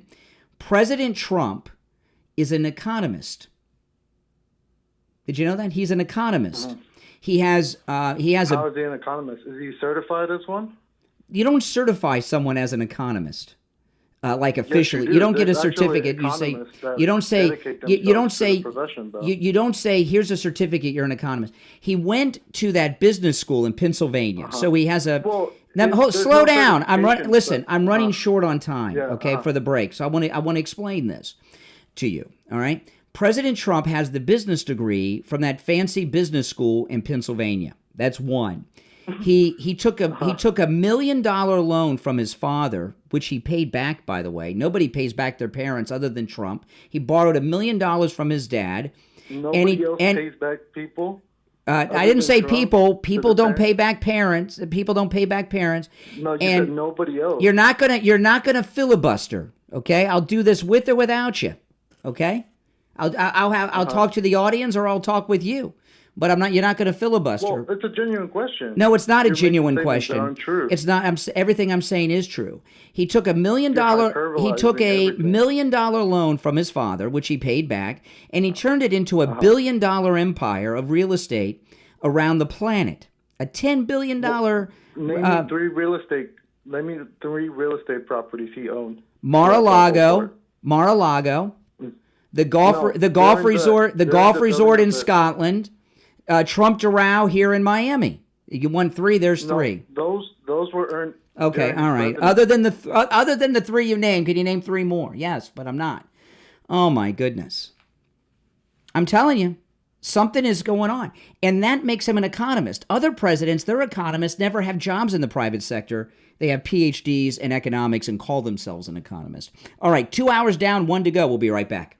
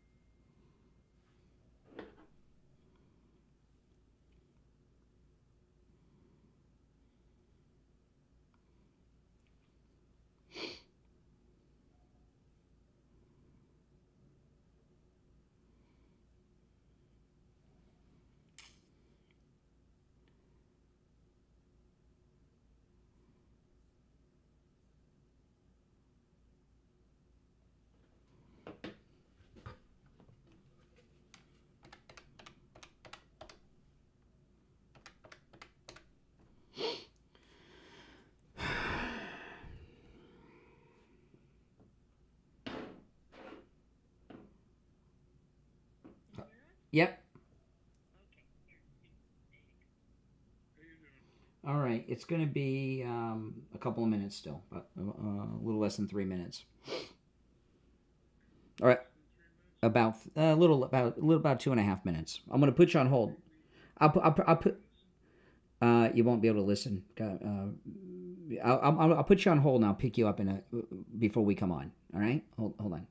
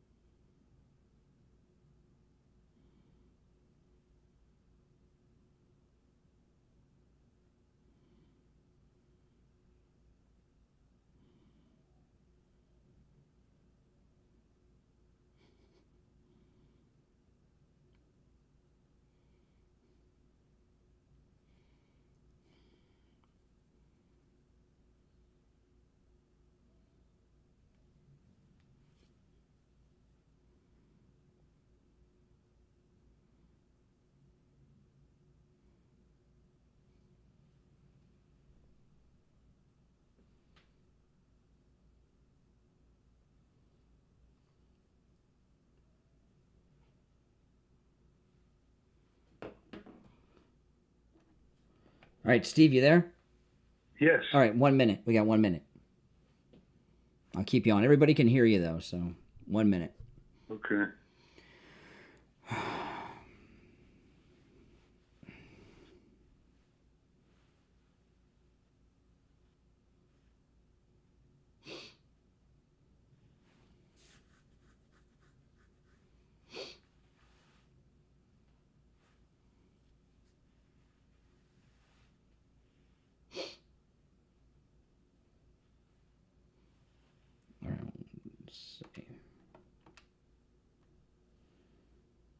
Okay. You there, Steve? Yeah. All right, 30 seconds.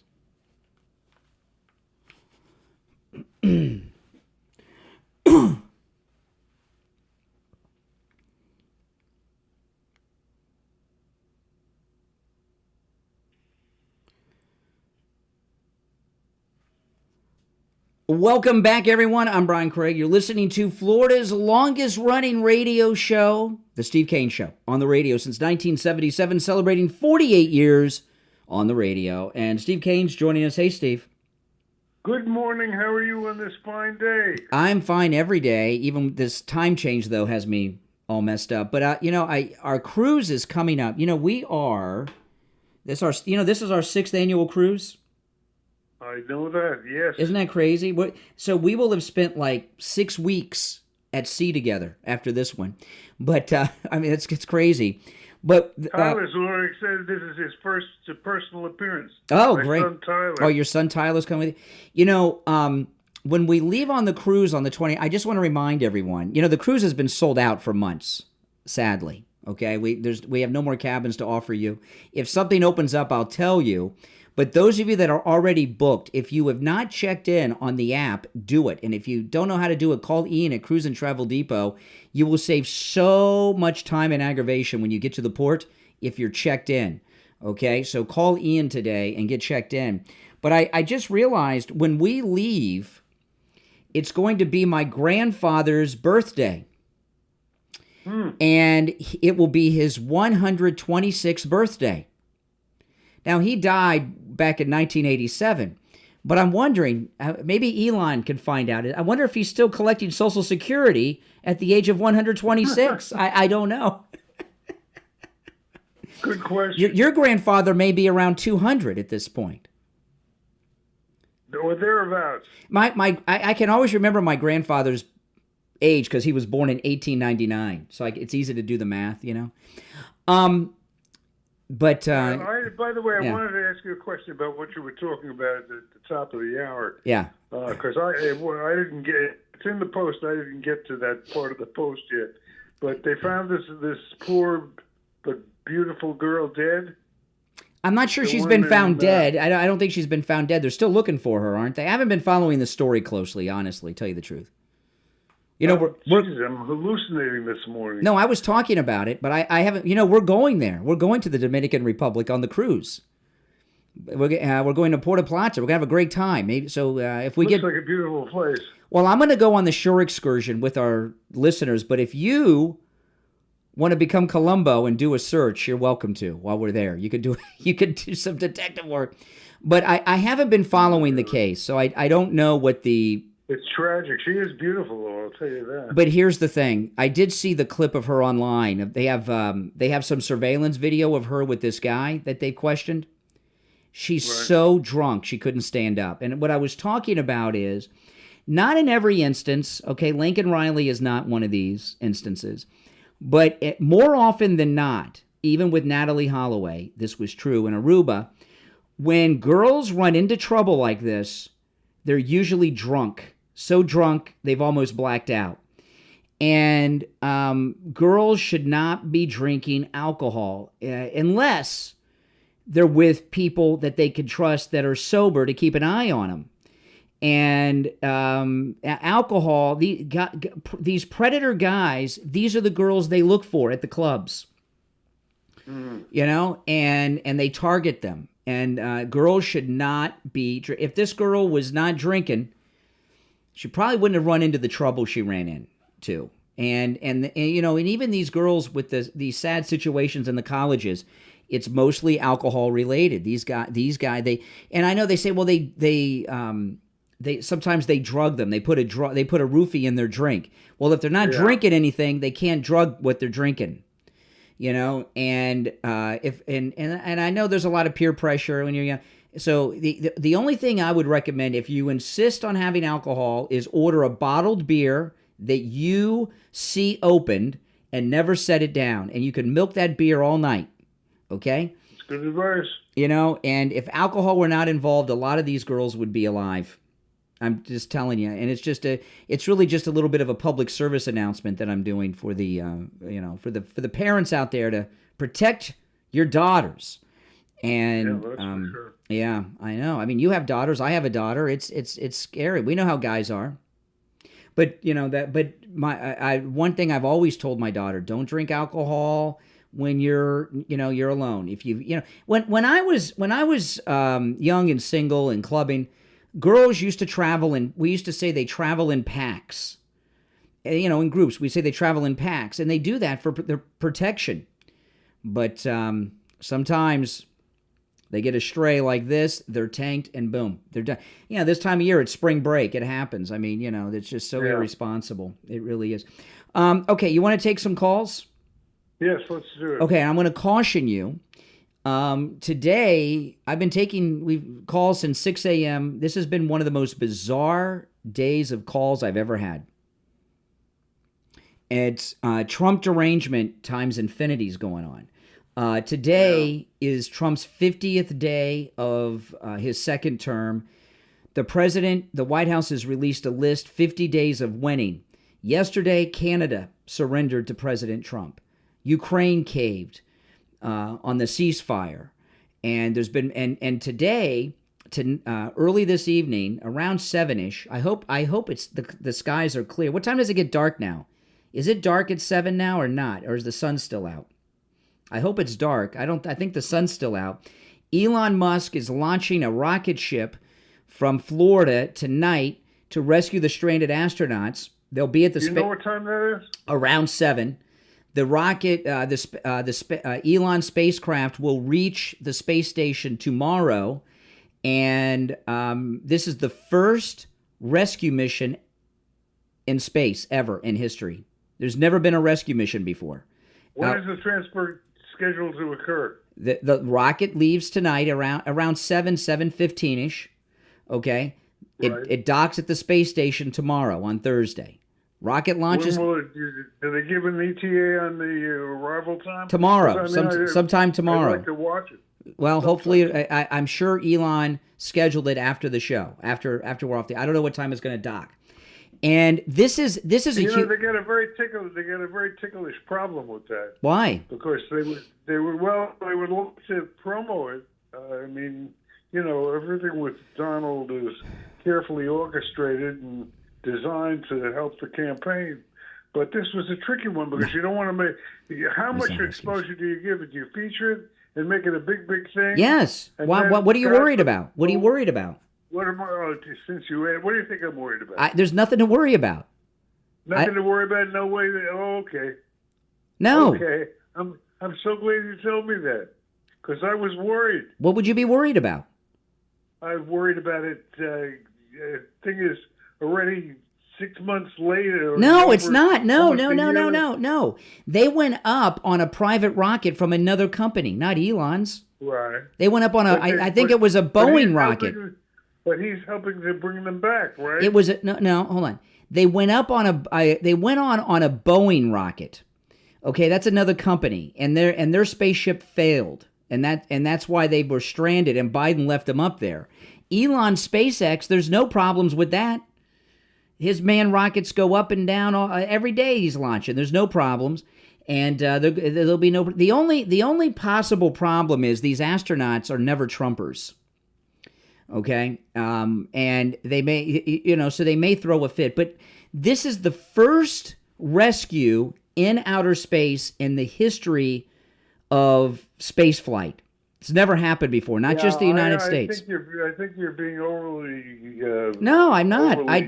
Steve, I follow the space program, so I just don't talk about it. I follow it like so closely. I'm on my roof at least once a week watching a rocket launch. Okay, I'm very into it. I follow this and I have my whole life. This is something I'm really into. And the space shuttle Columbia disintegrated on impact.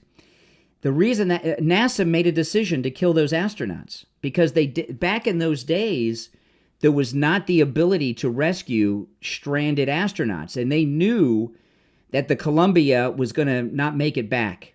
They knew the heat shield was damaged, but they had no way to get them. So they had to let them come back and die. This is the first rescue in outer space in history. Apollo 13 was not a rescue. Okay? They got lucky and saved themselves. There was no rescue on Apollo 13. Okay?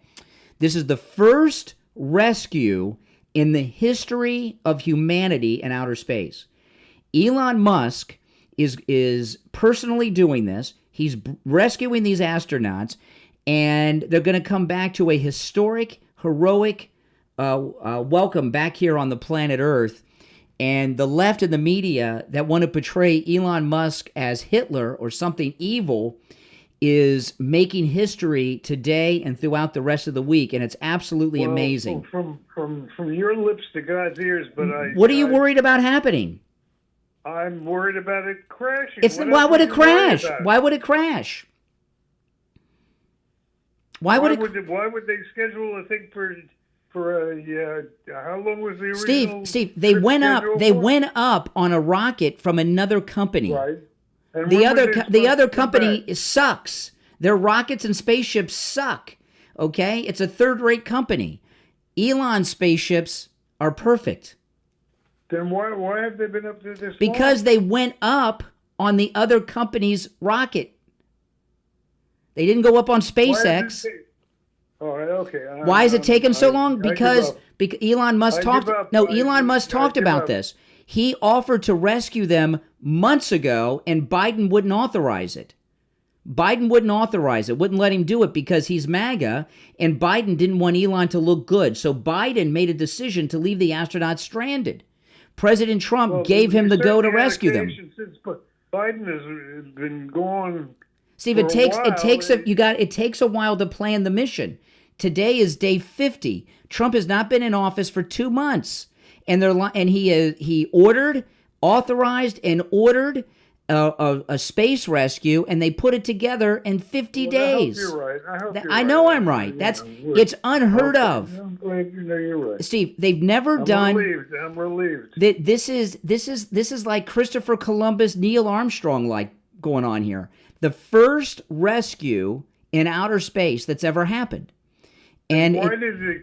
But then why? All right, if you want. It took Trump 50 days to make it happen. So let me ask you why did they not talk about it more yesterday? Because the media hate Trump. Because the media hate Trump. I was watching on Fox. Well, I don't know. Okay, I'm not a news director at Fox, but it's a huge historic story, and they're just not properly covering it. So now Fox is trying to get. I don't know why they didn't cover it yesterday. I don't know, but it's huge, and there's no risk. No, 50. Think about it. Trump came in. He said, "Get the astronauts, Elon," and 50 days later, come on. Yeah. If you talk about what went on yesterday with that whole Michigan at the car dealership. Well, the media didn't say anything. The media are because they didn't push it. They are pushing it. How do you think I know about it? I'm not at NASA. I'm following the news. This is huge. The media just aren't covering it. I don't know why, but it's huge. They don't want to make Elon a hero. All right, listen. I'm going to put you on hold. We're gonna take our break. If you're on hold, hang in there. There's only one opening on the board. I'm Brian, Steve Kane Show. Back after this.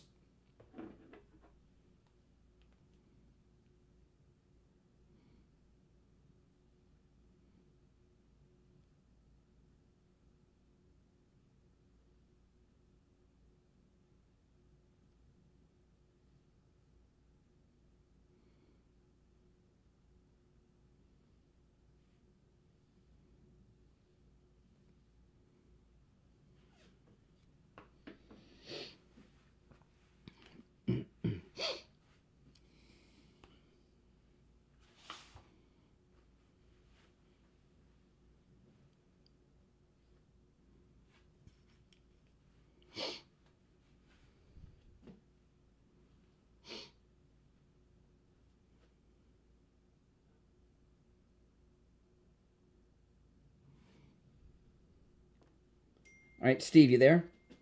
Yes, I am. All right, just over 2 minutes. We'll be back. Okay.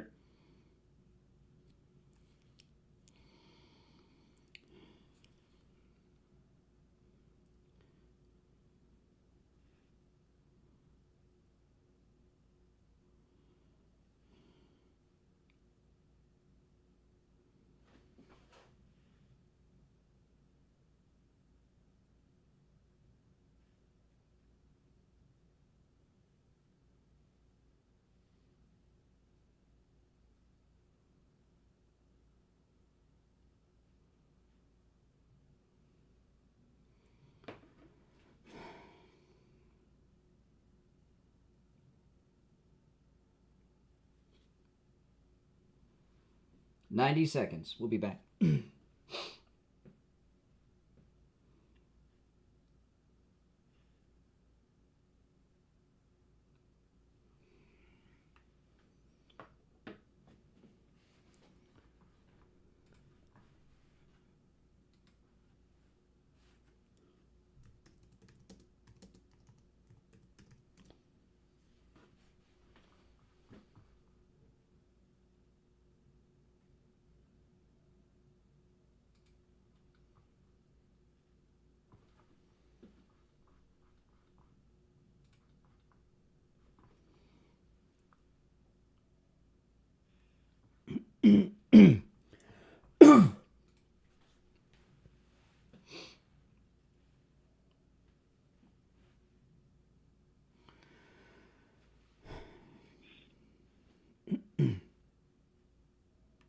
All right, 30 seconds.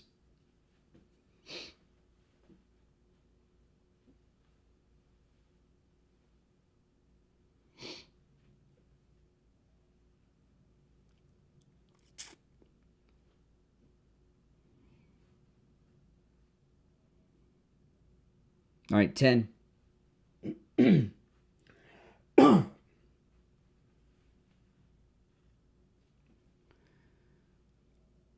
Welcome back, everyone. I'm Brian. Steve Kane, of course, is here. There's only one opening on the board. You want to go to the phone, Steve?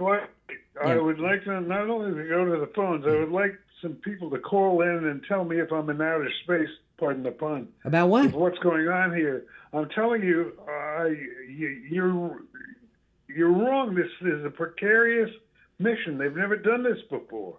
It's the first... No. It is the first rescue in space, but Elon... I want it. But Elon has... I'm going to go to the phones. It's the first rescue in space, but Elon Musk has sent spaceships to the space station successfully and back many, many times. They're stranded by another company. All right, let's go. Steve doesn't take my word for it. We have to go to you guys. He trusts perfect strangers more than me. You're on the air. What's your name? Where are you calling from? Hey, it's Ben from Pompano. Hey, Ben. Hey, Do you have any comments on what you've just heard? What's up? Go. Tell me. What's your comment? Go ahead, Ben. Sorry. What's your comment? Yeah. So, Steve, I don't know why you're so befuddled about the rocket situation. Biden sent someone up. They couldn't get him back down from Boeing. Elon offered to get him back down. Biden said no because it would make Biden look bad. Trump gets in the office. He lets Elon go and gets him. In 50 days. I understand that storyline. I understand that. That's the truth. We're questioning whether it's dangerous or not. So, I mean, when you go to space, there's always an inherent danger because space is so inhospitable. But when you go to space and you schedule for, I don't know the exact numbers, but you're scheduled for a couple-day trip, and it turns into almost but Steve, it's another company. Boeing sent. I don't care. That was initially. It was another private company whose rockets suck. Ben, Steve doesn't want to hear this. Finish up, Bill. Boeing got him stuck. Boeing does not have the capability to get him back down. Elon can get him unstuck. Well, you're talking about safety. Steve, it's dangerous. It's dangerous to launch a rocket, but Elon's are fine. The ones with people on them, that is, they're fine. It'll be fine. It's going to be great to look after because we can take champagne as we see the rocket come back down. Great political. These astronauts. This is routine. If a Democrat were in office, these astronauts would get the first parade through New York City since the Apollo days. No parades, nothing for these guys. It's going to be like Gus Grissom. They did this with Mark Vogel. They let this guy rot in a Russian prison and got Brittany Griner out in exchange for the Merchant of Death. Yes, that's right. It does, because Biden decided to leave them there. Biden left them there. Biden, listen. The United States, we do not have a government manned space program. We contract through SpaceX, okay? Biden would not authorize a rescue mission to the space station because Elon's MAGA and he didn't want Elon to look good.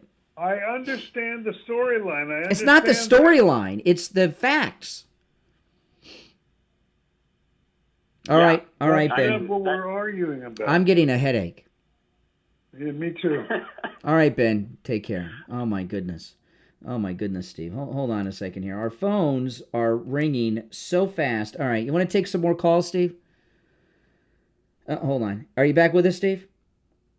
No, hold on. Let me get Steve back. I lost Steve. All right, Steve, you with us? All right, I don't know why I lost Steve, but I'll go back to the calls. You're on the air. What's your name? Where are you calling from? Yeah, good morning, Steve. Good morning, Brian. How are you today? All right, I lost Steve. I'll get him back during the break. Go ahead, Richie. All right.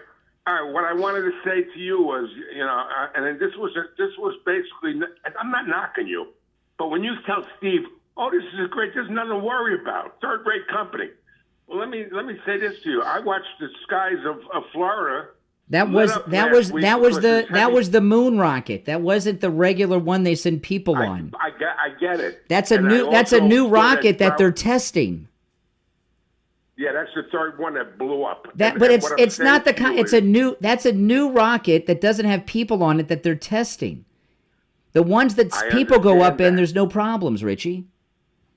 Yeah, I do understand what you're saying, but I remember looking at Broward College when we lost the Challenger. And I know that when you go to California to visit your daughter, you say you sit at the bar first and you have to get lit up because you don't. Yeah, I do. I get tanked. Anytime you're going up there, to me, you're 99.9% of the time you're going to be right, and I'm going to be right on this. But it's not as safe as you. All right, Richie. Listen, Richie, I got a break. Thanks for the call. I'll get Steve back during the break. If you're on hold, stand by. There's only one opening where Richie the bus driver was. 888-465-2631. It's the Steve Kane Show. I'm Brian Craig. We'll take our break for the bottom. Be back with your calls and Steve Kane after this.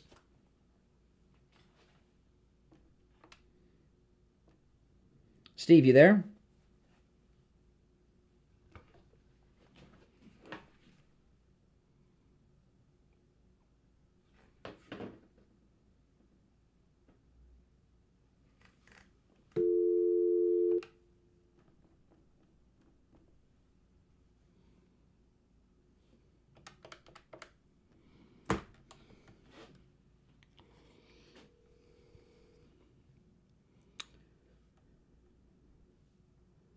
Yeah, I lost you. Okay, well, it's the bottom of the hour break. I'll put you on hold. I'll check back with you in a couple. We'll be back in a couple. I don't have the time yet. I'm waiting for them to tell me. I'll get back to you as soon as I know. Hold on.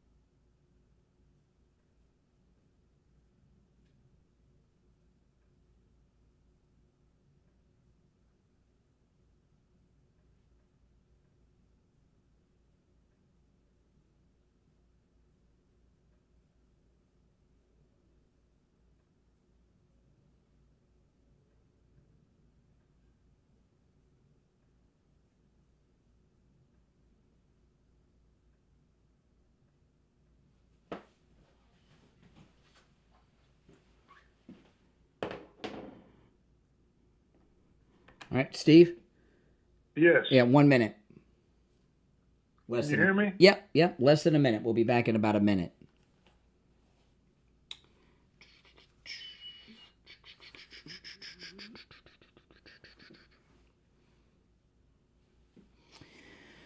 All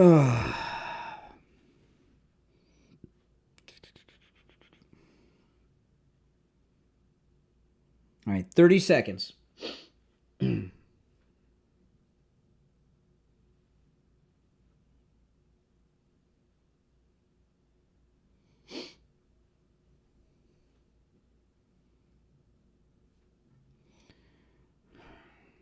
We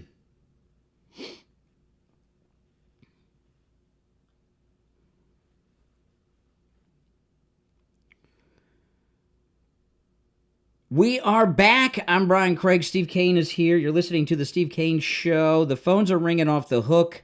Yeah, Space Control to Major Tom. Can I make a statement? That's a great song. I didn't know this would turn into the whole show. I just wanted to let you know how I feel. My position is that there's a lot more danger involved in this than anybody that I've heard so far wants to admit. And I think the fact that there hasn't been exposure and a lot of attention paid to it is conscious because they know that it could go wrong. Steve, I think it is dangerous. It depends. I think the fact they've been up there this long indicates that they're having major problems that they don't want to feature. No, that they don't want to make an issue of. Elon has no problems. All right, let's take some calls. We're going around in circles. Because I'm interested to see what the audience's impression is. All right. Well, if they agree with me, they're right. You're on the air. What's your name? Where are you calling from? This is Louise from Delaware. Hey, Louise. Hi. Good morning to you. Good morning, Louise. Good morning, Steve. I feel very badly for you guys having to listen to some of those crazy callers this morning. It's very sad. Yeah. But you seem to enjoy it. Thank God. Anyway, I want to also thank you for the great perspective you give me every day. And I have an example of a perspective. Well, you give me a perspective that I don't think other people that are very popular in podcasting do. And I want to give you an example. I don't listen to Dan Bongino very often, but I thought I'd turn it on. It was, I think, last Thursday. And just because he's going to be going off the air. And he started to mention how he didn't understand why people were getting upset about Charlie Kirk being on Newsom's podcast. It lets you know who's listening to this show. Thanks where he's in our listening area, Bongino. He's listening. Yeah, okay, go ahead. Well, anyway, I couldn't believe it because he ended up saying that we need to talk to people with different opinions. Oh my God. I agree with that, but not Newsom. No, Newsom's bad news. And I agree with you. Let me explain to you. Let me slow down. Let me explain to you what the difference is, okay? And I'm glad Bongino is within the listening range of our radio stations. So that lets me know he's listening because we're the only ones that have talked about that. Okay, here's the thing. Talk is an art form, okay? And Steve has been doing this since 1977, okay? And a lot of you know this. I used to listen to Steve when I was in high school. Makes Steve feel old. But Steve was on, you were on in afternoons on IOD back then. And I think it was 2 to 6 you were on. And we got out of school at 2:35. And in my first car, there was no FM radio. It only had AM. So I discovered AM radio because my car only had AM radio. And I used to listen to Steve when I got out of school. I missed the first 35 minutes, Steve, because I was in school. But, so Steve, he learned this craft from the master Joe Pine, who was also, although we didn't know him, is also who Howard Stern used to listen to Joe Pine and Bob Grant. And Steve Kane learned the art of talk from them. I learned this from Steve. Bongino's a great guy, but a lot of people that are doing talk, like Bongino, they haven't learned from maestros like I learned from Steve or Steve learned from Joe Pine. They're like activists who just shout out conservative things. All right, we're gonna take down these lefties. Come on, let's go to the phone. There's a perspective and an art form to it that a lot of these people don't have. Mark Levin doesn't have it. Charlie Kirk doesn't have it. Certainly these no talents that they put on in Rush's time slot, Clay Aiken and Buck Sexton. Yeah, Buck Sexton, that sounds like a name of a gay porno star. Buck Sexton, doesn't it? And Buck Wild.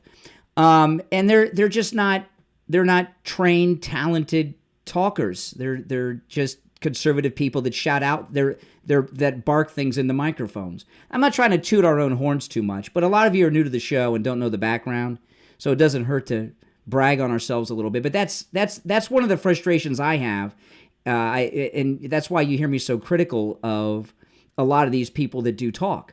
Okay, Rush Limbaugh was Right. Sean Hannity learned from great people, even though he's vanilla, learned from the great Rush Limbaugh. Okay, so these other guys like Bongino, they just don't have perspective. And Newsom, the reason she's talking about this, Steve, is Savage was manipulated and went on the second episode of Gavin Newsom's podcast, and he was that was awful. and he was completely manipulated by Newsom. And Absolutely. and he let him know, he let the Savage let the listeners know that he's been a phony. Steve, remember Savage? Our tagline on this program is the Steve Kane Show is the longest running radio show in the state of Florida, on the radio since 1977, celebrating 48 years on the radio. And our second tagline is this is where MAGA comes to talk, right? Michael Savage on his show, it's language, borders, culture. How many times have you heard that? Language, borders, culture on the Savage Nation. He goes on Gavin Newsom's show, and he says he's got this friend who's an illegal Mexican that he's known forever that's been illegal in the country for 20 years.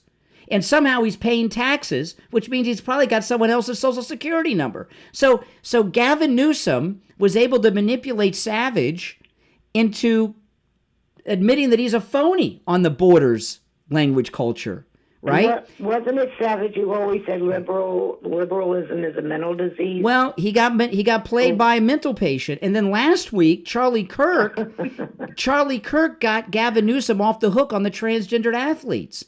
Steve and I would never fall for that. If Steve and I were in studio with Newsom, it'd be a much different situation.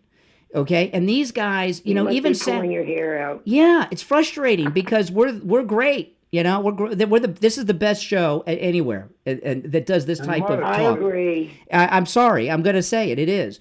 And why do you think I worked with Steve for so long? Because I liked what he did, and I wanted to learn and do it. And the thing with Savage. He also is just if you ever heard, I saw Savage get his clock cleaned on CNN once by Michael Jordan. And if you've ever heard a liberal old, like a lady, like nice lady, but you hear an old lady call Savage on the air and challenge him, who's a liberal, he loses it. He was not, he's not skilled like Rush or Steve or me or Hannity. Okay, he's just a guy that apparently was saying things that he didn't believe because he's been harboring this illegal Mexican for 20 years, his friend, right? That's true. I mean, I couldn't believe that. That's why I brought that up today when I heard that clip. That would be like finding out that Steve and I were taking girls for abortions, even though we're talking about being pro-life and promote adoption. Well, that's my point about your perspective. And because I listen to you and I really count on your perspective, that when I heard Bongino say, well, we got to talk to, which I agree, but not Newsom. And I agree that they were giving him. Yeah, go ahead. Well, they were giving Newsom some sort of a foothold to look like he was a moderate, which he isn't. Yes. Okay. So I talked about this at length earlier, Steve. Okay, but I'll give you guys the Reader's Digest version. Democrats are getting in the podcast because Trump had so much success with them, right? And I've been in my podcast I've been doing for over 10 years. It's been a very big audience, okay, and I've been doing it many years, over 10 years, 12 years. What Newsom is doing, he's running for president, and he understands why the Democrats got creamed so much. And so he's doing this podcast, bringing on these idiots like Savage and Charlie Kirk to present himself to Democrats as a reasonable Democrat, a moderate. And as an example, and to prove this, President Trump won a ton of Democrat votes, millions, who voted Republican for the first time. But We barely got the majority in the House because while they voted for President Trump, they still voted Democrat down ballot on the House races, okay? So Gavin's aware of this. He's already walked back the most deadly issue to Democrats, the trans one.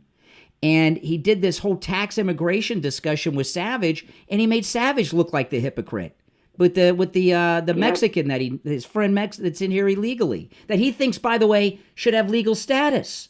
Savage, what happened to borders, language, culture, Dr. Savage? I mean, he is, and what's scary about it, Newsom's dangerous. Savage and Charlie Kirk are not stupid people, but they were manipulated. They were played by a puppeteer with Newsom, and they don't even. And you know what? They don't even know they were played. They don't even know they don't even know they were manipulated. That's how good he is. He's dangerous. He's experienced. That's right. And Republicans need to stop going on that podcast. They're helping him. They're helping him get the Democrat nomination. And they're taking Democrats away from the voting of whoever Trump endorses in 4 years. I'm sorry. I mean, now if Steve and I were on with Newsom, it would be a different experience. We wouldn't be able to be manipulated by him like that. Okay, that's for sure. Yeah. But these guys are idiots, and I don't know who's going to be next. Ben Shapiro, maybe. I don't know, or I wouldn't be surprised. Or there's no talents. Clay Aiken. I know his name is not Clay. Clay Aiken's the gay guy from American Idol. Okay, that's just a little bit of the ridicule that I use. But Clay Aiken and Buck Sexton, I wouldn't be surprised if they went over there. Okay, they're helping Gavin Newsom, and he's winning over Democrats, because a lot of Democrats, that one of the reasons Trump did so well with Democrats who are black is because of the transgendered issue. And boom, Gavin's already switched, courtesy of Charlie Kirk. Very sad. All right, I know. Hey, I appreciate the call. All right, take care. Our liberal listeners, our liberal callers gave me arthritis. You know that, Steve? I was talking about this earlier. I had arthritis in my index finger, and this is the finger that I use to push the dump button when our liberals use profanity. And it's the only finger I had arthritis in. And the arthritis was pretty bad. It was so bad, I mean, I was almost in tears. And I went to see Dr. Appleton. I said, Doc, I said, I feel so ridiculous coming in here with my fingers in so much pain. I don't know what's wrong with it, but I'm almost in tears. I don't know what to do. And he says, Brian, you've got arthritis. I said, oh, well, I'm done. I got arthritis. I mean, that's it. He says, no, I can treat arthritis with the laser treatment. And he did. My arthritis pain is gone. It's gone. My finger is in its pre-dumping condition.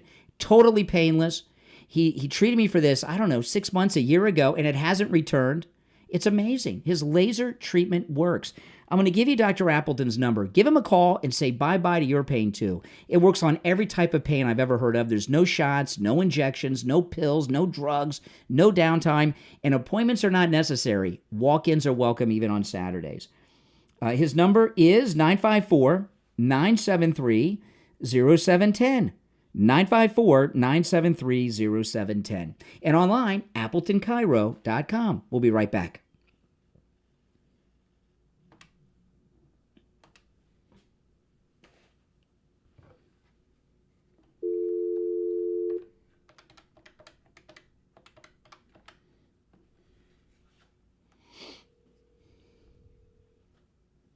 Hey there, hold on.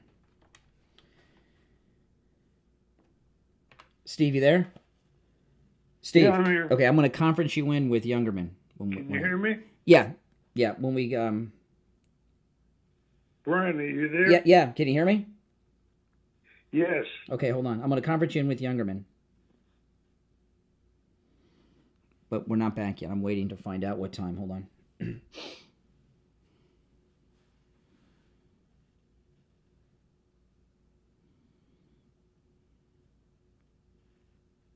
Okay, less than a minute. So I'm going to... 45.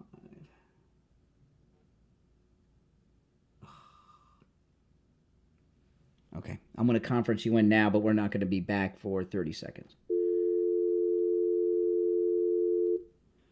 All right, William, you there? Okay, Yes, I am. okay, we'll be back. We're going to be on the air in about 30 seconds. Just stand by. Okay.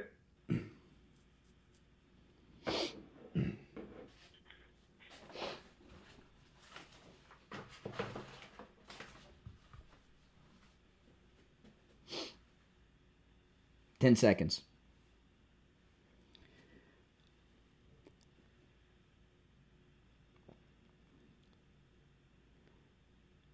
Welcome back, everyone. I'm Brian Craig. You're listening to Florida's longest running radio show, The Steve Kane Show, on the radio since 1977. Steve, of course, is here, and it's time to check in with William Youngerman from the offices of William Youngerman Incorporated with the Morning Gold and Precious Metals Report. William Youngerman, how the metals looking today? Oh, the metals are looking very good, Brian. They're doing what they are famously known to do, and that's preserve our wealth and protect our investments. The only true and real money in the world, gold trading yesterday in a range of $2,878 all the way up to $2,923, closing up on the day $27.40 at $2,915.50. Silver gaining 82 cents yesterday, closing at $32.90. Platinum was up $20 at $977, and palladium gained $3 at $927. Overnight, we saw gold trade in a range of $2,907 all the way up to $2,925, just about $25 away from our all-time record high. Gold right now at $2,920. That's up another $4.50. Silver, the big gainer in this week, and one that we've said lately that we thought was going to break out, and it certainly has, breaking out to the upside and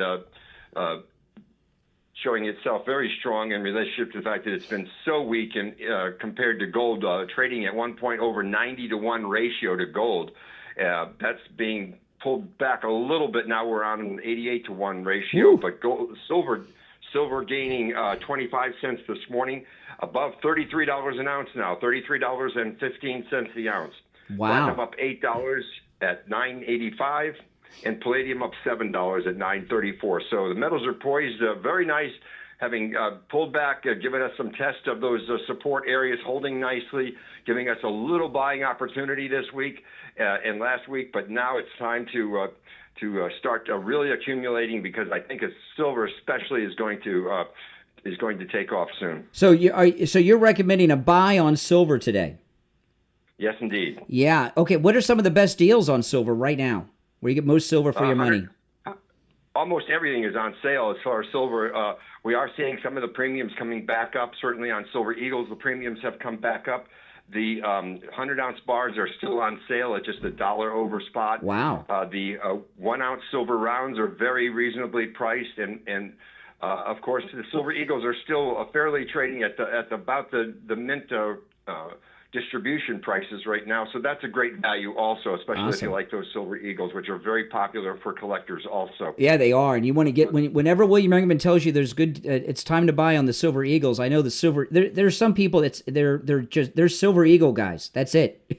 So it's time to jump on. Listen, give William Youngerman a call. He opens up at 10 a.m. His number, 1-800-327-5010. 1-800-327-5010, or stop in at 150 East Palmetto Park Road in Boca on the first floor of the Bank of America building, just east of US 1 Federal Highway on the south side of Palmetto, okay? Immediately east of US 1 and Federal Highway on the south side of Palmetto Park Road. And you can find both William Youngerman's address and phone number on his website, williamyoungerman.com. All right, William Youngerman, we'll touch base tomorrow. Okay, and just reminding everybody, we're always ready to pay highest prices in cash for all your gold and silver and diamonds and watches and collectibles. So see us Absolutely, first. Absolutely. All right, William, we'll talk tomorrow. Thank you. All right, take care. Wow, Steve, over $2,900. It's like the new norm, right? For gold, it's crazy. Yeah. Oh my goodness! All right, let's take some of these calls. You're on the air. What's your name? Where are you calling from? You're on the air. Hello? Yeah, you're on the air. Oh, awesome. Oh, hooray. Great. My name is Ivan. I'm from Florida. Yeah. Okay, you're on the air. What's on your mind? Well, first and foremost, awesome shirt. It's great. Second, your show's pretty well done, too. I appreciate your show. I find it comical how a lot of these people here think that Trump can overturn, 4 years of bad economic policy within less than 90 days. 50 days. Today's day 50. I know, like I said, less than 90 days. So, I think a lot of these people are living proof on why we need to dissolve our Department of Education. Yeah. Because if this is a product that we get of these expectations of people who never learned how the government works or how business works or how anything in general works, then there's no reason to pump so much money in education. Well, another thing that the president has done, is he's brought about Carolyn Levitt brought this up yesterday. He's brought about $1 trillion in investments already into this country. And I have never in my life seen presidents have press conferences with heads of industry from other countries that are pouring hundreds of billions into the U.S. The other presidents have a press conference and they're giving money away. He's bringing money in, $1 trillion so far in 50 days. And what I also find funny, too, is how a lot of people are talking about how bad our trade war is with Canada. First off, these guys folded like paper football. Yeah, they surrendered. Yes, because, their tariffs to us is a minor inconvenience. Our tariffs against them could cripple their whole economy. Did you see Ford? America has the leverage. Did you see the press conference with Ford yesterday in Canada? Oh, yeah. No, sir, this was great. Now, the day before yesterday, he hobbled out there. He's as big as Christy, and he's all butch. We're going to cut off the electricity, but before we do, we're going to raise it 25% in the winter months. And then he came out yesterday afternoon. It was a hostage video. He looked terrified. He was apologizing. Did you see the article about in the Post? No, I didn't. Ford, evidently, there are pictures starting to circulate with him and Epstein. Well, his brother was a crackhead.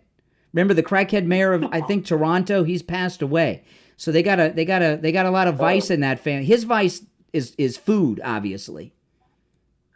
But I don't doubt that a lot of these government officials have relatives that are on some type of hard drugs. It makes total sense to me. I think most of them are probably on hard drugs themselves. Well, let me tell you, some big money guys in Canada got to him and made him do that. Because he did not look well. He looked terrified. You want to still be the premier, which is like the governor. You're going to go out there. He had to apologize to President Trump. Just like Zelensky did yesterday, too. They both apologized to President Trump yesterday, Zelensky and Ford in Canada. Do you remember when Zelensky, last week or 2 weeks ago, got into that spat at the White House and left, and then he did a whole European tour? Yes. And talking about how Europe's going to back him. I think it was the guy from the UK or one of those garbage nations in Europe who went out there and said, I would warn you not to get too cocky because the serious negotiation is what is left. And because we haven't taken on the enemy yet. The enemy is Putin. He's not our enemy. He's not our enemy. These other guys, but hold on. Can I finish what I'm saying? Or Putin's our friend. Sure. Go ahead. Zelensky is the greatest enemy because number one, he's not our ally. Number two, he's a proven dictator. He's actually right now kidnapping people in the streets to throw in the front line with no weapons and no trainings. Three, he actually suspended. He's so much for democracy that he actually suspended. How do you feel about Putin? That he suspended their election. You answer. And he has them under martial law. Well, first off, don't try to straw man me while I'm in the middle of explaining things. I'm not straight. Your little dumb democratic arguing points aren't going to work with me, off sir. the phone, you Allow me. All right, okay. Now he's new to the show, Steve. You gotta get a little. I want to tell people. So Steve, you know, it's an interesting thing. You know, I don't have health insurance, so people wonder, how do you do it? You know, next, you're not going to hear me say this too much, but next month I'm going to be 54 years old, getting up there. But I don't have health insurance. But people say, well, at your age, what do you do? Well, we have sponsors, right? And all the sponsors we have, they take such good care of me. So, you know, I was talking earlier about Dr. Appleton rid me of my arthritis and all my other pains. And at Coastal Weight Loss Secret, we got Dr. Zuckerman. I lost over 25 pounds in 3 weeks, right? So it's amazing. You know, Steve, I gained weight since the last cruise. Okay, and I wanted to lose the weight before the cruise because I didn't want everybody. Oh boy, Brian, you look a little different than you did last year. Well, I'm lighter than I was last year. I am the same weight, Steve, I was when my daughter was born, and she's going to be 26 years old next week. I am the same weight I was when my daughter came home from the hospital when she was born. I've done 0 exercise unless you count running my mouth. I've done no steps. I'm not eating weirdo food. I'm eating all the foods I like. I'm not hungry. I just lose about a pound a day. Okay, sometimes a little bit more, but about a pound a day. But, you know, I just want to lose 25 pounds. But if you want to lose 40 pounds, 50 pounds, even more, Coastal Weight Loss Secret can help you too. Now, I'm going to give you the number. When you call, make sure you tell them you heard about them on the True Oldies channel. All right, here's the number. 561-247-6300. 561-247-6300. That's 561-247-6300. And online, coastalweightlossecret.com. Steve, Elon's rocket rescue launches sometime between 7 and 7:30 tonight. And Elon's spaceship will dock at the International Space Station sometime tomorrow to rescue the astronauts that Biden and Boeing stranded up there. And what is the most dangerous portion of the journey? The launch. But it's not dangerous. Tonight's launch? The launch is always the most dangerous, yes. Because that's where you have all the rocket fuel, but you got nothing to worry about. These rockets are fine. Elon's been to the space station so many times. It's beautiful. This is awesome. So the best friend of the greatest president ever, Donald Trump, the first, what does he call himself? The first bro? The first bud. Elon Musk.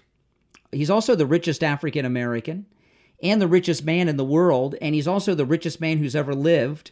He is going to make history by launching the first rescue in outer space and return them all. Beautiful thing. Oh my goodness, yeah. There's going to be now again, these astronauts are, at least one of them's a never Trumper, the lady, okay? So they may refuse the White House visit. Okay, I don't know. The lady looks like a skeleton. Yeah, you should have seen her before she went to space. Oh my goodness. But she's a never Trumper, okay? So she may refuse the White House visit. But this is just amazing. This is winning. Remember what the president said, the golden age of America. You know, she's also made history. This is the first documented case of Trump derangement syndrome in outer space. And she's got it. All right, we're out of time for today. We'll be back tomorrow at 6 a.m. It's the Steve Kane Show. I'm Brian. See you tomorrow. Take care. All right, guys. Thanks for watching.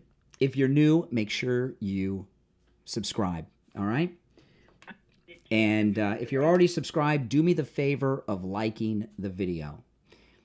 My name is Brian. This is where MAGA comes to talk. I'll see you later today. All right?